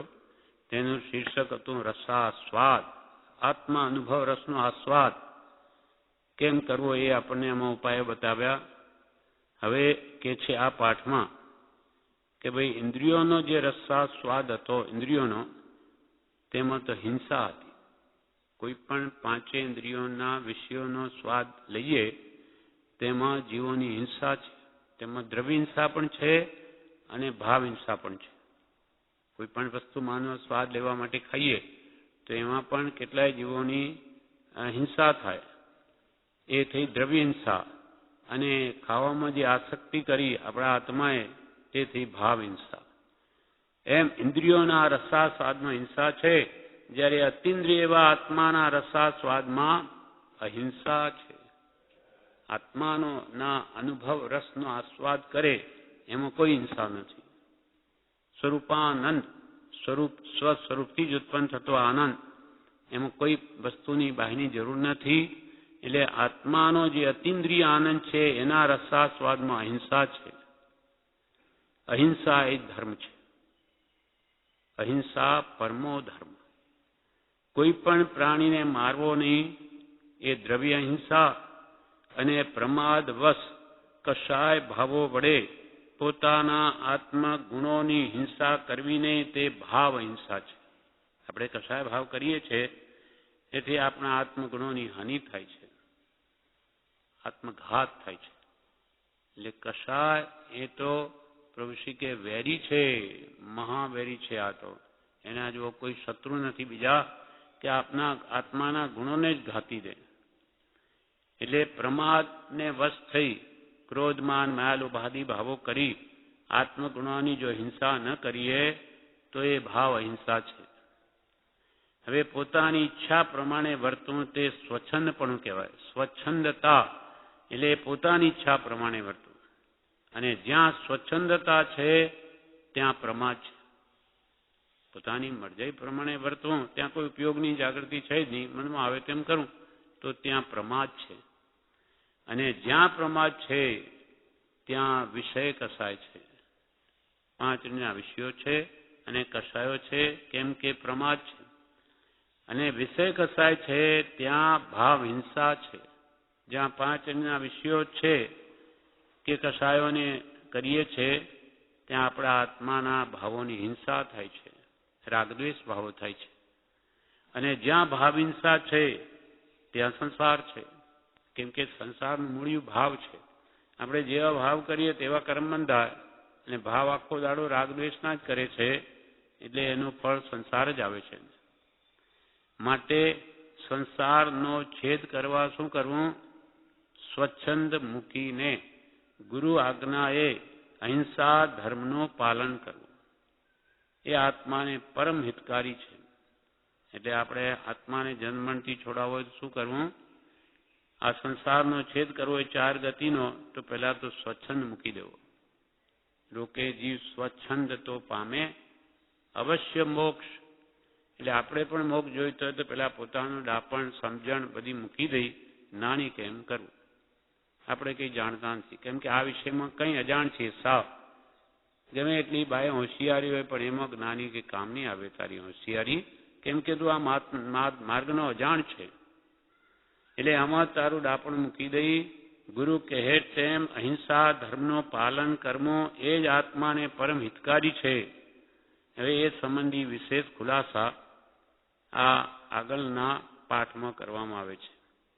એટલે આગળના પાઠનું શીર્ષક શું છે? અહિંસા અને સ્વચ્છંદતા. જ્યાં સ્વચ્છંદ છે ત્યાં હિંસા છે, પણ જ્યાં સ્વચ્છંદનો અભાવ છે ત્યાં હિંસા છે. એટલે કે આજ્ઞાનું પાલન છે તો જીવ અહિંસા ધર્મ આવે. એટલે શીર્ષક છે અહિંસા અને સ્વચ્છંદતા. આ બધા શીર્ષકો કૃપાલદેવે લખ્યા છે, કૃપાલદેવે લખાવ્યા છે અંત વખતે વઢવાણ કેમ્પમાં, અને તેના આધારે જ કૃપાલદેવે આ રચના, બ્રહ્મચારીજીએ આ રચના કરી છે પ્રજ્ઞાબોધિ. શીર્ષકો કૃપાલદેવે લખાવેલા છે કે કયા વિષયને વિશેષ ઉપસાવીને સમજાવો તે પ્રમાણે કર્યું છે. હવે એમાં પહેલી ગાથા દરેક પાઠની કૃપાળુ દેવની સ્તુતિ રૂપે હોય છે. તેમાં કે છે, સર્વધર્મનો બીજ જે ધારે ઉર ગંભીર, રાજચંદ્ર પદ તે નમો સત્ય અહિંસક વીર. સર્વધર્મનો બીજ જે ધારે ઉર ગંભીર. સર્વધર્મોનું બીજ એટલે રહસ્ય. સર્વધર્મો દર્શન સટે સમાય છે આ સત્સંગમાં. અહીં મુખ્યત્વે 6 ધર્મ. બે બાજી તો આ કે એના પેટા વિભાગ તો ઘણા છે, પણ 6 દર્શનોના ધર્મોનું બીજ રહસ્ય જેના હૃદયમાં ગંભીરપણે ધારણ કરેલ છે એવા શ્રીમદ રાજચંદ્ર પ્રભુના ચરણ કમળમાં હું નમસ્કાર કરું છું. સર્વધર્મનું રહસ્ય જે જાણે છે, બધું જાણીને આપણને આપણા જેવા જીવવા માટે શું યોગ્ય છે તે આપ્યું છે. આપણે બધા ધર્મો સમજીને એનું રહસ્ય જાણી શકીએ જ નહીં. શું ખબર પડે એમાં સત્ય શું છે? આવા પુરુષોએ બધું જોઈને બધું કરી દીધું. સર્વધર્મનો બીજ જે ધારે ઉર ગંભીર, રાજચંદ્ર પદ તે નમો સત્ય અહિંસક વીર. કૃપાલુ કેવા છે? તો કે રાગ દ્વેષને જીતવાથી સાચા અહિંસક વીર કહેવાય છે. રાગ દ્વેષને જીતી લીધા, જે અતિ દુર્લભ વાત છે. રાગ દ્વેષને જીતના એટલે ગાંધીજી લખે કે રાગને જીતનાર જાણે છે કે કેટલું દુર્લભ કામ છે. તો જેને રાગ દ્વેષના પ્રબળ જ્યાં ભરમાર છે, જેની મુંબઈમાં મોહમયી છે, તેમાં રહીને એને જીતી લીધો મોહ રાજા. આ તો કેટલું મોટું આત્મબળ કહેવાય. આવા ભયંકર વેપાર વ્યવહારમાં રહીને પણ એને જીતી લેવો અને અલિપ્ત રહેવું, એ આવા અનેક ભવની આરાધનાવાળા પુરુષો જ કરી શકે. જે રાગ દ્વેષને જીતવાથી સાચા અહિંસક વીર કહેવાય છે. હવે જે ધર્મ વડે રાગ દ્વેષ અજ્ઞાન આદિ ભાવો દૂર થાય તેને જ ખરો અહિંસા ધર્મ જાણ. ધર્મ સાચો કયો? કે જે વડે આપણા રાગ દ્વેષ જાય, આપણું મિથ્યાત્વ જાય, અજ્ઞાન જાય, તે ધર્મ સાચો. અને જ્યાં ધર્મના નામે નામ ધર્મ અને રાગ દ્વેષ કામ ક્રોધ આદિ ભાવનું પોષણ થતું હોય ત્યાં અહિંસા ધર્મ નથી, પણ તે હિંસાનું જ બીજું રૂપ છે. નામ ધર્મ છે, પણ અંદર ઝઘડા, કજિયા, કંકાસ, ક્રોધ, માન, માયા, લોભ આદિને જ પોષણ મળતું હોય તો એ ભલેને નામ જૈન હોય, પણ એના અંદરના ફિરકામાં આવું બધું હોય તો એ ધર્મ ન કહેવાય. કેમ કે વીતરાગ શાસન વિશે તો વિતરાગતા હોય. ભલેને કહેવાય ભગવાન મહાવીરનું શાસન ને ધર્મ આપણો અને તેમાં અંદર ઝઘડા જ હોય, કસાયનું જ પોષણ થતું હોય, તો પછી કે ભગવાન કે છે અમારું શાસન નથી, ત્યાં કસાયનું શાસન છે. વિતરાગ શાસન વિશે તો વિતરાગતા હોય જ્યાં કસાય કી પોષણા, ત્યાં કસાય શાસન, વિતરાગ શાસન નથી. એટલે ત્યાં નામ ધર્મ છે, બાકી તો કર્મ જ બાંધવાનું છે. પણ એ કોઈને ખબર નહીં પડે. લોકો તો ગાડીઓ પ્રવાહ છે, બધા કે ધર્મ, તો કે હા ધર્મ, જે કુલમાં જન્મ્યા હોય જે પ્રમાણે બધું ચાલ્યા જ કરતું હોય. પણ આવો સાચો ધર્મ મધ્યસ્થતાથી સમજાવનાર તો કોઈ જ્ઞાની પુરુષ જ બતાવી શકે. રાગાદિક દૂર થાય ત્યાં ખરી અહિંસા ધાર, જ્યાં રાગ દ્વેષાદી ભાવો દૂર થાય ત્યાં જ ખરો અહિંસા ધર્મ માનો. રાગાદિ પ્રગટાવતા હિંસા સ્વરૂપ વિચાર, પણ જ્યાં રાગાદિશનું ઉલટું પ્રગટપણું છે, વિશેષ વધે એવું છે, તો ત્યાં હિંસા નહીં, પણ હિંસાનું સ્વરૂપ વિચાર. ભલે ને કહેવાય હિંસા, પણ નથી અહિંસા. હવે 5 ઇન્દ્રિયો, મન, વચન, કાયાના યોગ બળ, આયુષ્ય અને શ્વાસોશ્વાસ, એ 10 પ્રાણ કહેવાય છે. તથા આત્માના જ્ઞાન દર્શનાદિ ગુણોને ભાવ પ્રાણ કહેવાય છે. ક્રોધાદિ કષાય ભાવો વડે કોઈના 10 પ્રાણની કે પોતાના ભાવ પ્રાણની હિંસા કરવી, તેને સત્શાસ્ત્રમાં સાક્ષાત અધર્મ કયો છે. પહેલા ધર્મની વ્યાખ્યા કરી, જ્યાં રાગદ્વેષ જાય તે સાચો ધર્મ. રાગદ્વેષ અજ્ઞાન જે વડે નાશ પામે તે ધર્મ સાચો. તેમ અહીંયા શું કહ્યું કે જ્યાં કસાય ભાવો વડે 10 પ્રાણોની હિંસા થતી હોય તો તે જ મોટો અધર્મ છે. 10 પ્રાણ શું? 5 ઇન્દ્રિયો, મન, આપણું શરીર છે એ 10 પ્રાણનું જ બનેલું છે. એટલે કોઈ પણ જીવને હણવો એના 10 પ્રાણનો નાશ કરવો છે. કેમ કે આત્મા તો મરતો નથી. એટલે 5 ઇન્દ્રિયો એ અને મન, વચન, કાયાના 3 બળ, યોગ બળ, અને આયુષ્ય અને શ્વાસોશ્વાસ, એને હણવા તે જ સાક્ષાત અધર્મ છે. કોઈને પણ દુઃખ આપવું કે મારી નાખો એ જ અધર્મ છે. માટે અહિંસા જ પરમો ધર્મ છે. દ્રવ્ય ભાવ રૂપ પ્રાણની કસાય યોગે ઘાત, આપણે કસાય કરીને કોઈની ઘાત કરી દઈએ, કોઈના પ્રાણ લઈ લઈએ, તે થયો દ્રવ્ય હિંસા.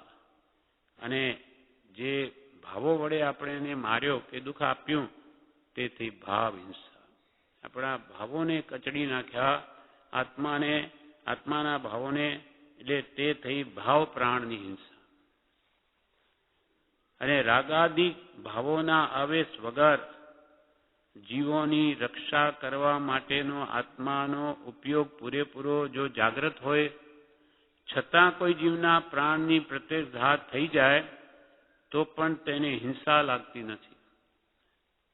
જેમ કે મુનિ ઈરિયા સમિતિ પૂરતો ચાલતા હોય, પૂરેપૂરું ધ્યાન રાખીને, છતાં કોઈ જીવ અકસ્માત પગ નીચે આવીને મરી જાય, ખૂબ સંભાળીને પગ મૂકે છે, પણ એકદમ અડફેટમાં આવીને કોઈ મરી ગયું, ઉપયોગ હોવા છતાં, તો કે છે તે હિંસા મુનિને લાગતી નથી. કારણ કે તેને બચાવવાનો તેમનો ઉપયોગ પૂરેપૂરો જાગ્રત હતો. તેમ આપણે પણ ચાલીએ, આપણે 2 ડગલા જોઈને પગ મૂકવાનો લક્ષ્ય હોય કે કોઈ કીડી દબાઈ નહીં જાય, એવો જો આપણો લક્ષ્ય હોય અને કોઈ એકદમ આવીને કોઈ મરી જાય તો કે છે એને એનો દોષ નથી. પણ એ આપણે ઉપયોગ મોટે ભાગે હોતો જ નથી. કંઈ ને કંઈ વિચાર ચાલતા જ હોઈએ અને જીવો મરતા હોય કીડી હોય, તો ત્યાં નહીં મરે તો પણ કે છે હિંસાનો દોષ છે. કેમ કે એનો ઉપયોગ જાગ્રત છે જ નહીં. એ બીજી ગાથામાં કહેશે આગળ.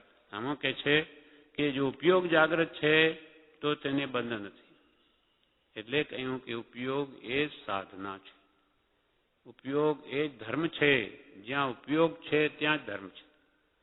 અથવા સાધનામાં પણ ઉપયોગ તો જોઈએ જ, ને કૃપાલ કે મુનિ ભલે ઇરિયા સમિતિ 5 સમિતિ પાડે, પણ શ્રાવક પણ જો સાવધાની રાખે તો ઘણા નિરપરાધીજી બચી શકે. નહીં તો કંઈ ઉપયોગ નહીં તો ગમે તેમ ચોકડીમાં કે કીડીઓ હોય કે બધી મરી જાય, પણ ધ્યાન રાખે, સાફ કરે, પહેલાથી સાફ રાખે, અગ્નિ પણ જોઈએ એટલું જ બાળે, પાણી પણ જોઈએ એટલું ઢોળે, તો આમ ઉપયોગ હોય કે મારે હિંસા ઓછી કરવી છે તો ઘણા જીવોની બચાવ ઘણો કરી શકે. પણ કંઈ નહીં, આમાં શું એ તો થાય તો પછી એ નહીં મારે તોય એને દોષ છે. તો પણ એને પ્રમાદ થયો, એટલો પ્રમાદમાં એવા ભાવ થયા એટલે એ કંઈ નથી મરતા તોય એ દોષિત છે.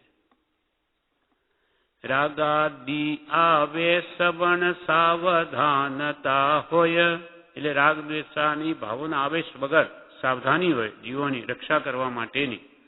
રાગાદી આવે સવણ સાવધાનતા હોય, પ્રાણઘાત પ્રત્યક્ષ હો, પ્રત્યક્ષ કોઈ પ્રાણી આવીને મરી જાય, થતી ન હિંસા તો હિંસા થતી નથી. પણ રાગાદિક વસવરતતા પ્રમાદ જ્યાં સેવાય, પ્રાણઘાત હો કે ન હો જરૂર હિંસા થાય.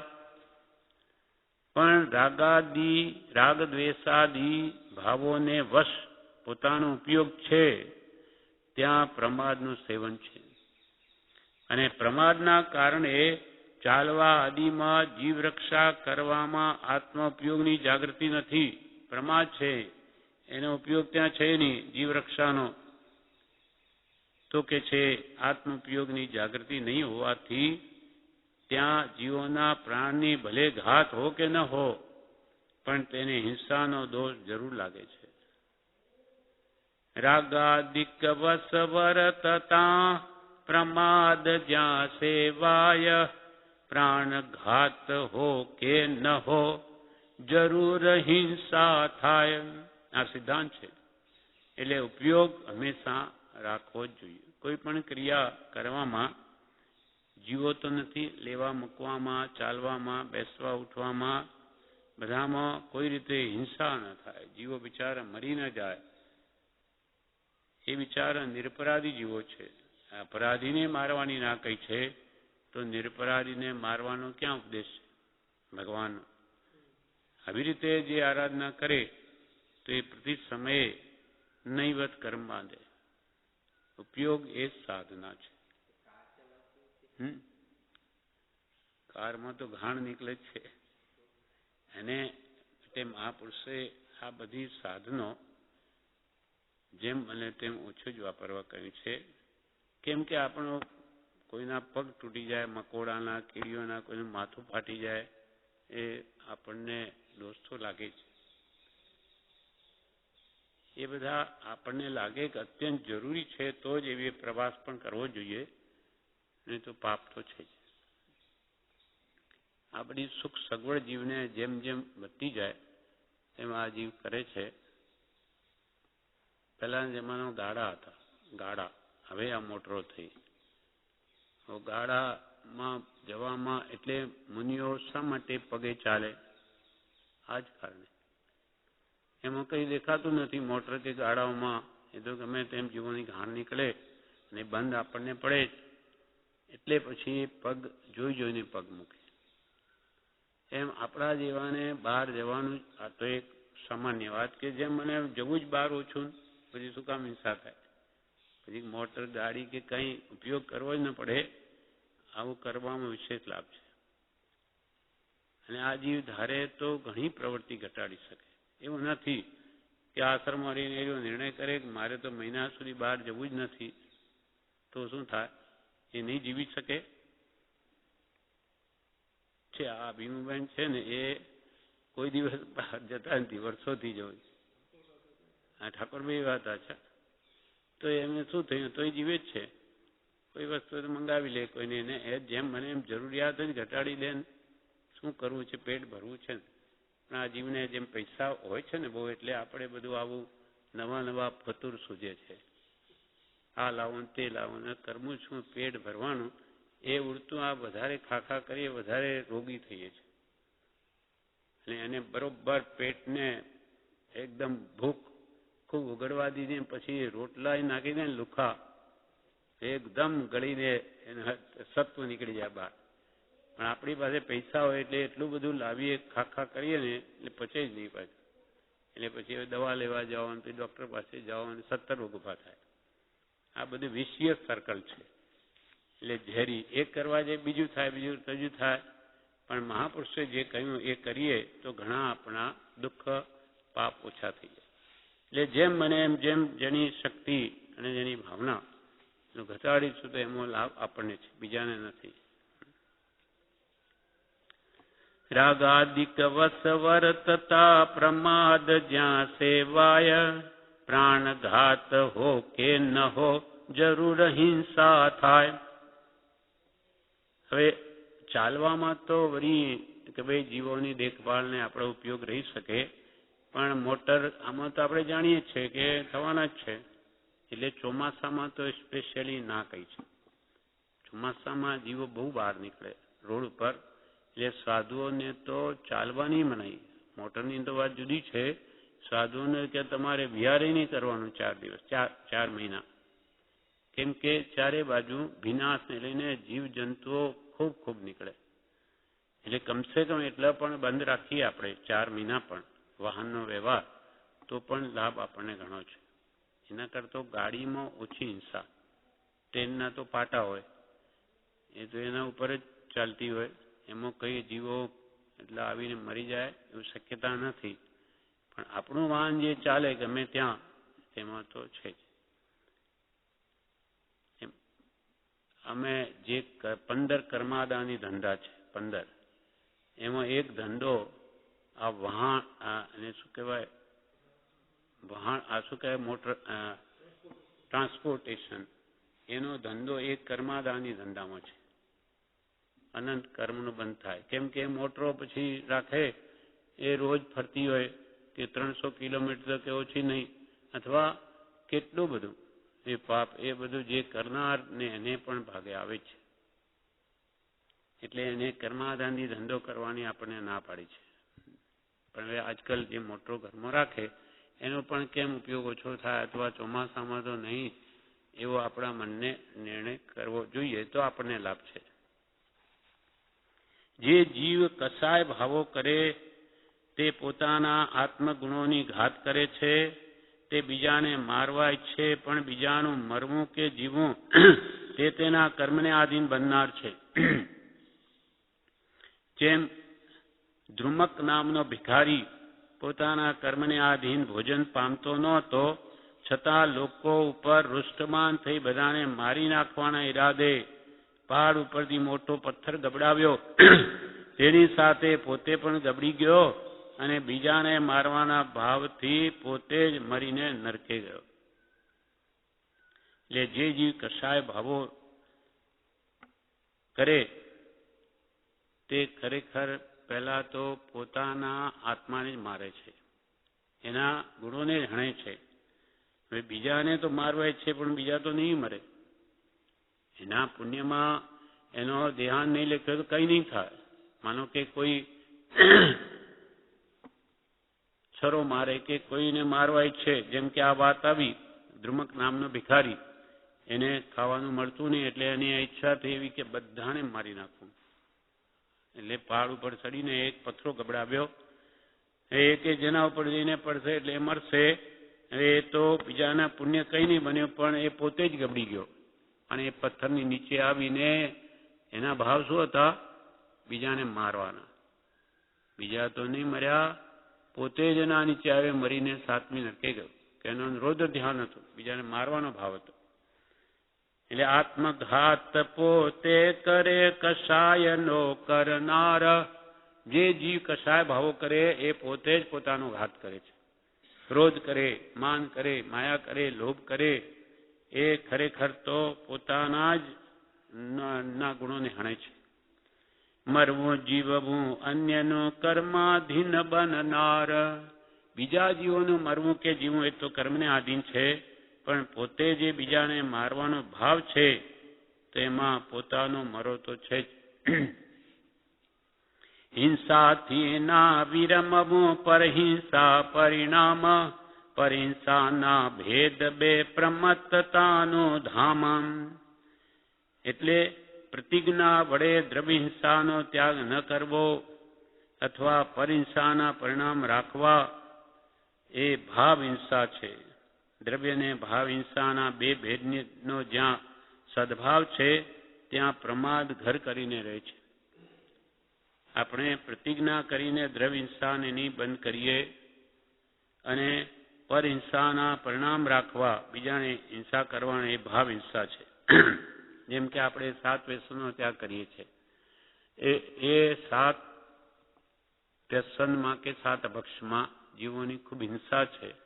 એટલે આપણે એનો નિયમ લીધો, પ્રતિજ્ઞા લીધી, તો જે આવતા કર્મ રોકાય, નહીં તો નહીં રોકાય. ઈચ્છારૂપી દ્વાર ખુલ્લા છે આપણા માનો. જેમ કે આપણે માંસ ખાતા જ નથી, ખાવાના પણ નથી, પણ પ્રતિજ્ઞા તો નહીં લો. કેમ કે કોણ કયા વખતે શું જરૂર પડે, તો કે એને જે જીવોની કતલ રોજ કરોડોની વિશ્વમાં થાય છે એનો અમુક અનુભાગ એને મળે જ. 5-10% એ પાપ એને આવે વગર ખાધે. તો કે હું ક્યાં ખાઉં છું, પણ તે એની પ્રતિજ્ઞા પણ ક્યાં લીધી છે કે હું કોઈ દિવસ ખાવાનો નથી, ભલે કાલે મળતો જ આજ મરું પણ હું નહીં જ ખાઉં, એવું તે ક્યાં નિશ્ચય કર્યું છે.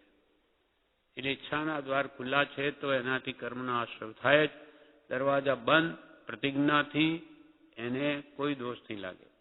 વિશ્વમાં ગમે તેમ થતું હોય, એટલે આપણને એ દોષોથી છોડાવવા 7 વ્યસન 7 અભક્ષનો આપણને જેમાં ત્રસ કાયની વધારે હિંસા છે એ કપાળદેવે આપણને બંધ કરી દીધું. કેવા પાપ એને લાગે નહીં. એને ખાવું નથી તો શું કામ નહીં. હવે આપણે કાલે મરવાના પડ્યા હોય ને કોઈ કહે કે ભાઈ જેમ પેલાના કાગડાનું માંસ ખાવાનું કહ્યું, નહીં ખાધું, ક્ષણિક મારે તો કેટલો ઊંચો ગયો, તેમ આપણને ભાઈ કોડ લીવર ઓઇલ તો લેવું પડે, નહીં તો તું મરી જઈશ. તો કે ભાઈ હું કાલે મરતો ને તો આજ મરી જાઉં, ભલે મરું, હું આ નહીં લઉં.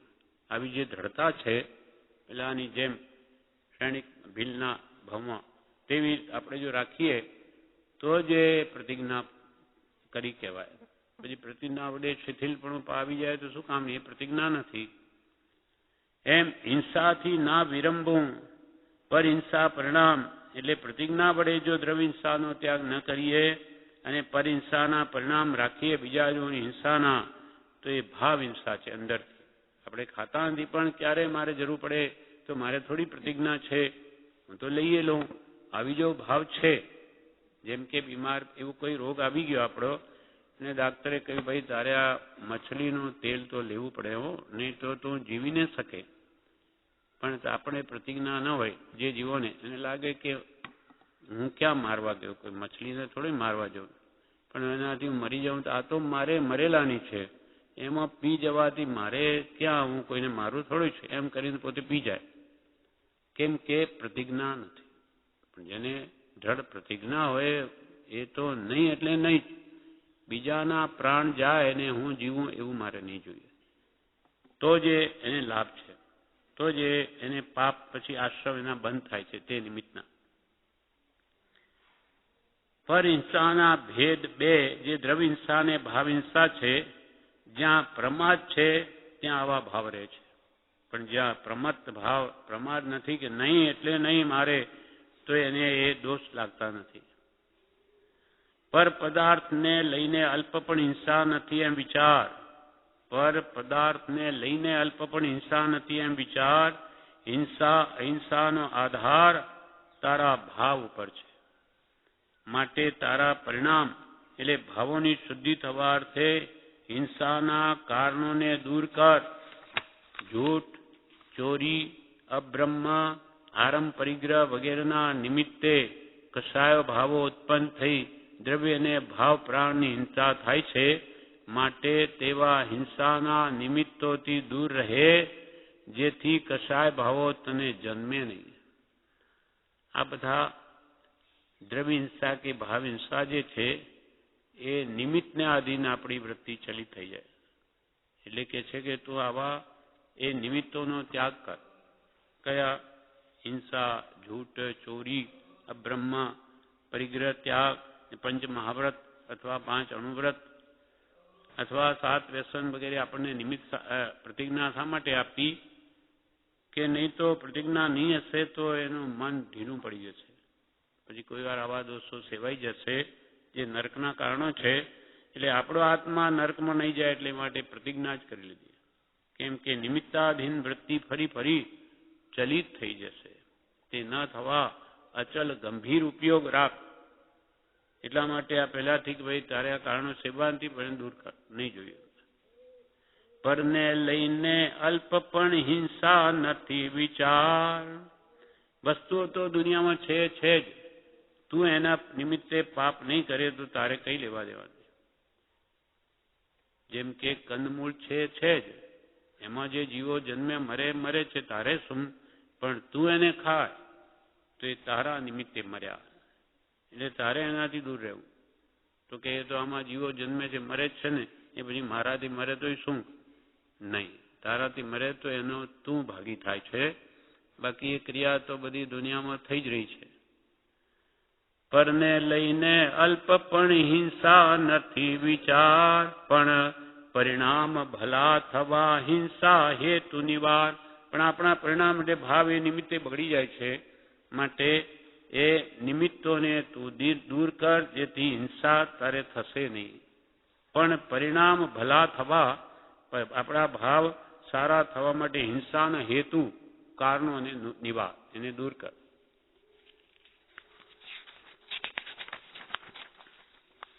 હવે સ્વચ્છંદતા વિશે વાત કરે છે.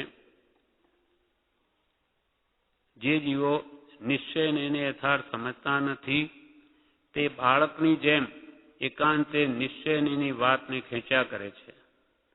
તે આત્માને એકાંતે શુદ્ધ બુદ્ધ ચેતન ઘન માની ક્રિયા કરવામાં પ્રમાદી બની સદાચાર, ભક્તિ, સત્સંગ, પૂજા, સ્મરણ આદિ સદવર્તને પણ ત્યાગી દે છે. આ બધા હિંસાને રોકવાના બધા કારણો છે.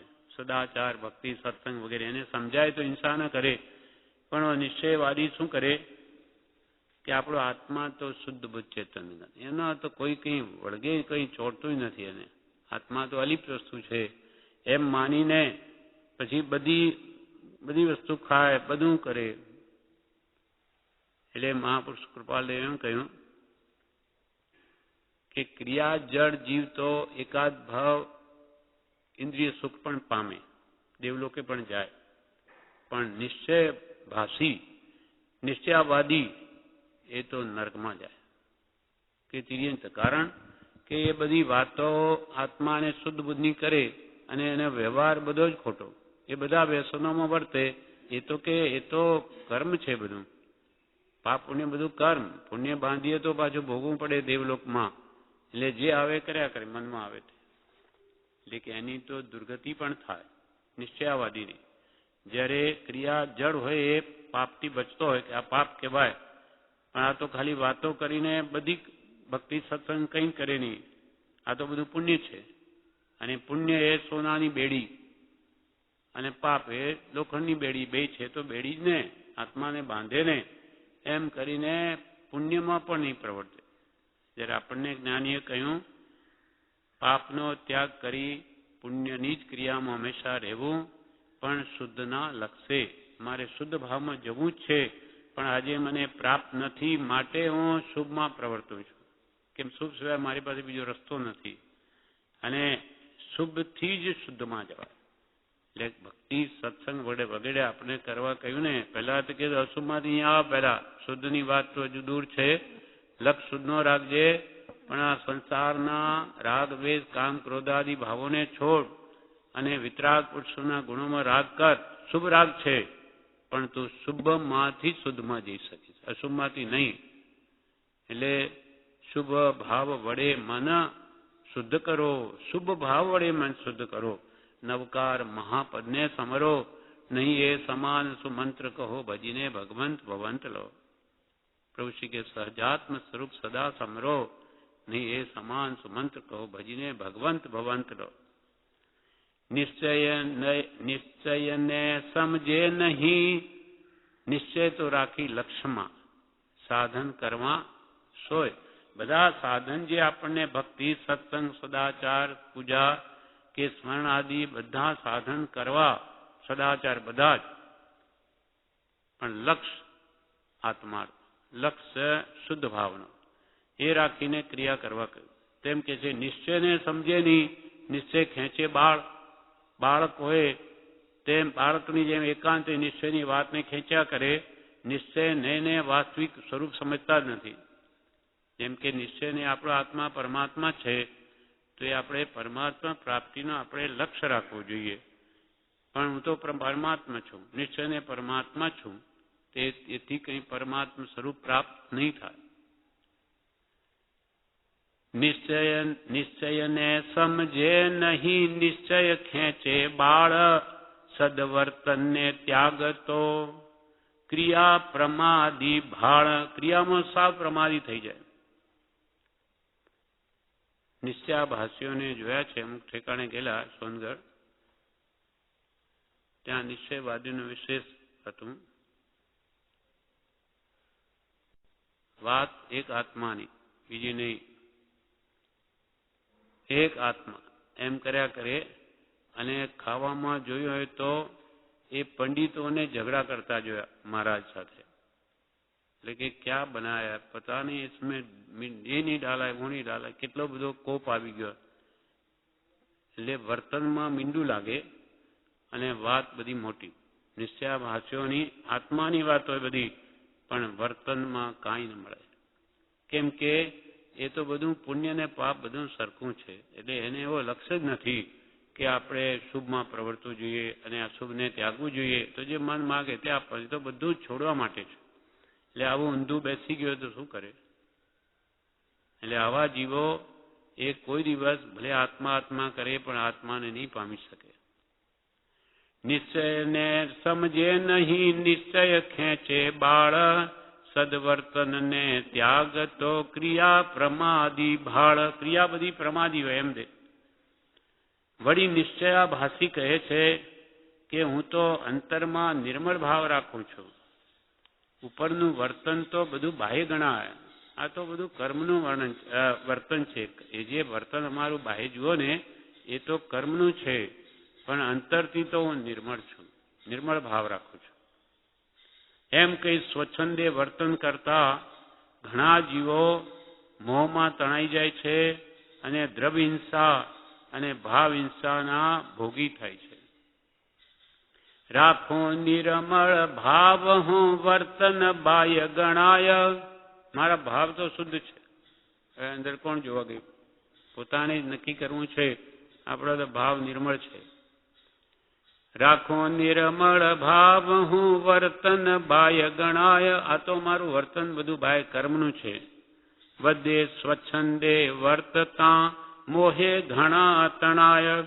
આ વધે તો આવું કે આ તો બધું ઉપરનું વર્તન છે, ભાવ નિર્મળ છે, અને વર્તે પાછો સ્વચ્છંદે, જે મનમાં આવે તેમ કરે.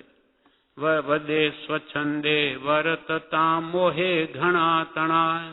આવા જીવો મોહમાં તણાઈ જાય છે. બંધ મોક્ષ એટલે કૃપાલદેવ આત્મસિદ્ધિમાં ગાથા લખી.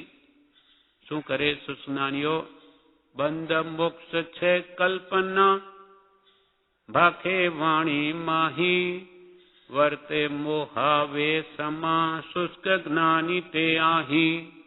આત્માને બંધ છે જ નહીં. આત્મા તો રૂપી વસ્તુ છે, કર્મ રૂપી છે. આત્માને કઈ ચોટે એમ પાછો બોલે. બંધ મોક્ષ એ તો બધી કલ્પના છે. ભાખે વાણી માહી, વર્તે પાછો મોહાવેશમાં, શુષ્ક જ્ઞાની તે આહી. 11મી ગાથામાં કે છે ખરેખર હિંસા કોને કહેવી? તો કે પ્રમત યોગાત પ્રાણ વ્યપરોપણ હિંસા. ઉમા સ્વાતિ ભગવંતે મોક્ષ શાસ્ત્રમાં આ હિંસાની વ્યાખ્યા કરી છે. શું? પ્રમત યોગાત પ્રાણ વ્યપરોપણ હિંસા. એટલે કે મન વચન કાયાના પ્રમાદથી જીવોના પ્રાણોનો નાશ કરવો તે હિંસા છે. પ્રમાદથી મન વચન કાયાના યોગ છે, તે પ્રમાદથી કંઈ ઉપયોગ વગર ગમે તેમ મન વચન કાયાના યોગ પ્રવર્તે તેમાં જીવોનો પ્રાણોનો નાશ થાય છે, તે જ ખરી હિંસા છે, ઉપયોગ વગર. હિંસા કરવાના જેના ભાવ છે તે હિંસક છે. જે નિર્દોષ પ્રાણીઓની હિંસા થાય તે હિંસ્ય કહેવાય છે. જે નિર્દોષ પ્રાણીની હિંસા થાય, મરે, તે હિંસ્ય કહેવાય છે. તથા આવી હિંસાનું ફળ શું આવશે તે તત્વને જાણી વિચારીને આવતા કર્મોને રોકવા તે સંભળ છે. કે હું હિંસા કરી તો એનું પરિણામ શું આવશે? દુર્ગતિ આવશે, દુઃખ જ આવશે. એમ જાણીને જે હિંસાના કારણોને રોકે તે સંબર કહેવાય છે. તેને સાધ્ય કરવો. હિંસા કરવામાં કઈ મોટાઈ નથી. હિંસા તો બધા દુનિયામાં બધા જ કરે. પણ જેથી યથાશક્તિ અપ્રમાદી બનીને સર્વ પ્રકારની દ્રવ્યને ભાવ હિંસાનો ત્યાગ કરવો એ જ યોગ્ય છે. અપ્રમાદી જાગ્રત ઉપયોગ રાખીને હું કોઈ જીવોને મન, વચન કે કાયાથી દુઃખ તો નથી આપતો. જેમ આપણે બોલીએ છીએ કે હું સર્વને સુખનું કારણ થાઉં, કોઈને દુઃખનું કારણ નહીં થાઉં, તો મારું વર્તન મનથી કે વચનથી કે કાયાથી એવું તો નથી કે બીજાને દુઃખનું કારણ થાય છે. એ આપણે જાગૃતિ રાખીએ તો આપણને ઘણો બંધ ઓછો થાય. હિંસા હિંસક હિંસ્યને હિંસા ફળનો તત્વ જાણી સંબર સાધવો હિંસામાં ન મહત્વ. હિંસામાં કોઈ મોટાઈ નથી, પણ હિંસા જે પ્રાણીઓની થાય છે, પ્રાણોની થાય છે, હિંસા કહેવાય. અને જે જીવોની હિંસા થાય હિંસ્ય કહેવાય, અને હિંસા કરનારો હિંસક કહેવાય. હિંસા હિંસક હિંસ્યને હિંસા ફળનો તત્વ જાણી, આ હિંસા કરું છું એનું શું ફળ આવશે એ તત્વ જાણીને સંબર સાધવો એ જ યોગ્ય છે. બાકી હિંસામાં કોઈ મોટાઈ નથી. હિંસા તો આખું જગત કરે ઉપયોગ વગર, પણ ઉપયોગ સહિત જે ક્રિયા કરે તે જીવોને બચાવી શકે છે. મોક્ષ માર્ગમાં અજ્ઞાત એટલે અજાણ જીવને સ્યાદ્વાદ પૂર્વક સર્વ પ્રકારના તત્વોની સમજ નથી. જે મોક્ષ માર્ગનો અજાણ છે તે જીવને ભગવાને સ્યાદ્વાદ પૂર્વક તત્વોની જે સમજ આપી છે તેને ખબર નથી. માટે સર્વ પ્રકારની અપેક્ષાના જાણનાર એવા સદગુરુ ભગવંતનું શરણ ગ્રહણ કરવું એ શ્રેયસ્કર છે એમ વિચારું. એટલે કઈ અપેક્ષા એ કઈ વાતને સમજવી એ શાસ્ત્રોથી આપણે ન સમજી શકીએ. ગુરુ ગમ જોઈએ. એટલે ગુરુનો આશ્રય લો તો માર્ગ એકદમ સીધો થઈ જશે. બાકી મોક્ષ માર્ગના આપણે તો અજ્ઞાત છીએ, અને આખા ગ્રંથોમાં તો કૃપાલ કે શાસ્ત્રમાં માર્ગ કયો છે, પણ મર્મ તો સત્પુરુષના અંતર આત્મામાં રહ્યો છે. કે એમાંથી શું રહસ્ય આપણા માટે શોધી કાઢવું એ જ્ઞાનીઓ બધું શોધી લીધું, બધું આપી દીધું છે. એટલે શાસ્ત્ર અભિનિવેશ આપણને નહીં રાખવો જોઈએ. આપણે કૃપાલને મળી ગયા, હવે શાસ્ત્રોમાં એમ કહ્યું, ફલાણે એમ કહ્યું, આમ ગોતવા જ રહીશું તો આપણી મતિ હંમેશા ચંચલ જ રહેશે. આપણે કૃપાળદેવે શું કહ્યું, પ્રભુએ શું કહ્યું, ત્રણેય જ્ઞાની પુરુષ છે, એમણે શું કહ્યું, એમાં એકે વાત એવી નથી કે જે ઇન્સાનને પોષણ આપે એવી, કે સંસાર ભણી લઈ જાય એવી. આપણે ટૂંકો રસ્તો આમાં બધું જ છે, એ બધું સમજી લે તો બધા શાસ્ત્રોનું રહસ્ય સમજાઈ જાય. બાકી ગોતવા જઈશું તો કંઈ નહીં મળે. આ અનાદિકાલથી એમ જ કર્યું છે, પણ કંઈ પામ્યો નથી. મોક્ષ માર્ગ અજ્ઞાતને સમજન સર્વ પ્રકાર. આપણે મોક્ષ માર્ગના અજાણ છીએ, માટે આપણને સર્વ પ્રકારની સમજ નથી. અપેક્ષાથી કઈ અપેક્ષા એ કેમ છે, કયા અપેક્ષાથી, એટલે નય નિક્ષેપ પ્રમાણથી શાસ્ત્રોનું રહસ્ય સમજી શકાય. પણ આપણે તો કઈ નયા વાત છે, કઈ અપેક્ષા છે, કંઈ ખબર નથી. એટલે સર્વ અપેક્ષા સમજતા સદગુરુ શરણ વિચાર. મારે સર્વ અપેક્ષાને જે જાણે છે એવા સદગુરુનું શરણ લે. લે કૃપાલે શું કે, બીજું કાંઈ શોધમાં, માત્ર એક સત્પુરુષને શોધી તેના ચરણ કમલમાં સર્વ ભાવ અર્પણ કરીને વર્ત્યો જા. પછી મોક્ષ ન મળે તો મારી પાસે જ લેજો, પણ જેનું શરણ લેવું એની પણ કેવી કઈ વ્યાખ્યા? નિષ્દિન જેને આત્માનો ઉપયોગ છે. સત્પુરુષ કોણ? સત્પુરુષ એ જ કે નિષ્દિન રાત દિવસ જેને આત્માનો ઉપયોગ છે, શાસ્ત્રમાંથી સાંભળ્યામાંથી છતાં અનુભવમાં આવે તેનું જેવું જેનું કથન છે, અંતરંગ સ્પૃહા નથી. આખું જગત સોનાનું થાય તો તૃણવત છે જેને અંતરંગ સ્પૃહા નથી, કૃપાળને અંતરંગ સ્પૃહાથી એવું અંતરંગ સ્પૃહા નથી એવી જેની ગુપ્ત આચરણા છે. ક્યાં કહેવા જાય? અંદરમાં છે, બાકી તો કંઈ કહ્યું જાય એમ નથી. કૃપાળ તો અહીંયા સુધી કે અમારા સ્વરૂપને અંતરંગ શું છે કરી શકે એવો કોઈ છે જ નહીં આ દુનિયામાં. અંદરમાં શું છે કરી ન સમજી ન શકે, એટલે આ 680માં પત્ર કે આવો અમુક ઠેકાણે પોતાની દશા પ્રગટ કરવી પડી છે. એ તો આપણને કાંઈ ખબર ન પડે. આ તો અંતરંગ આત્મદશા છે, આપણે શું જાણીએ? એટલે જેને સાચી શ્રદ્ધા હોય તેને માટે તો આ 680માં પત્ર અમૃત સ્વરૂપ છે. કે આવો પુરુષ આપણો માર્ગદર્શક, મોક્ષ માર્ગનો ભૂમિયો, અને અમારા જેવા તમારે માથે છે, તમારે શું ફિકર છે? એટલે આપણે તો માર્ગ એકદમ ક્લિયર છે, કોઈ ચિંતા ફિકર છે નહીં. પણ ખામી એટલી જ કે હવે આપણે એને એ કેમ કર્યા જ કરીએ, અને નિષ્દિન સ્વરૂપનું ચિંતન ન ભૂલીએ. કેમ કે સ્વરૂપ લક્ષ્ય જીના આજ્ઞાધીન. મુખ્ય આજ્ઞા સ્વરૂપનું વિસ્મરણ ન થાય. વારંવાર પ્રભુશ્રીજી કે બ્રહ્મચારીજી આ મંત્ર ઉપર ખૂબ ભાર મૂકે છે. આ તમારું સ્વરૂપ છે, મૂળ બધું કરીને આ કરવાનું છે. એટલે હાલતા ચાલતા બી સહજાત્મ સ્વરૂપ પરમ ગુરુ. સહજ આત્મ સ્વરૂપ છું, શુદ્ધ આત્મા છું. ભલે આજે મને કંઈ ખબર નથી, મારા ગુરુએ આપેલો મંત્ર. એટલે જરૂર પ્રભુશ્રી કે તને આ મંત્ર આપીએ છે તે આત્મા જ આપીએ છે. હવે પ્રગટાવો અને તારા હાથમાં છે. આપણને વસ્તુ મળી ગઈ, આજ્ઞા મળી ગઈ. હવે તું જેટલું કરે તારા બાપનું છે, એટલે કે તારું છે. નહીં કરે તો આ તારી મોટી ભૂલ છે. અને ખોટો પ્રતિ સમયે આજીવ કર્મ બાંધી રહ્યો છે. પ્રતિ સમયે અનંત કર્મનો વ્યવસાય છે.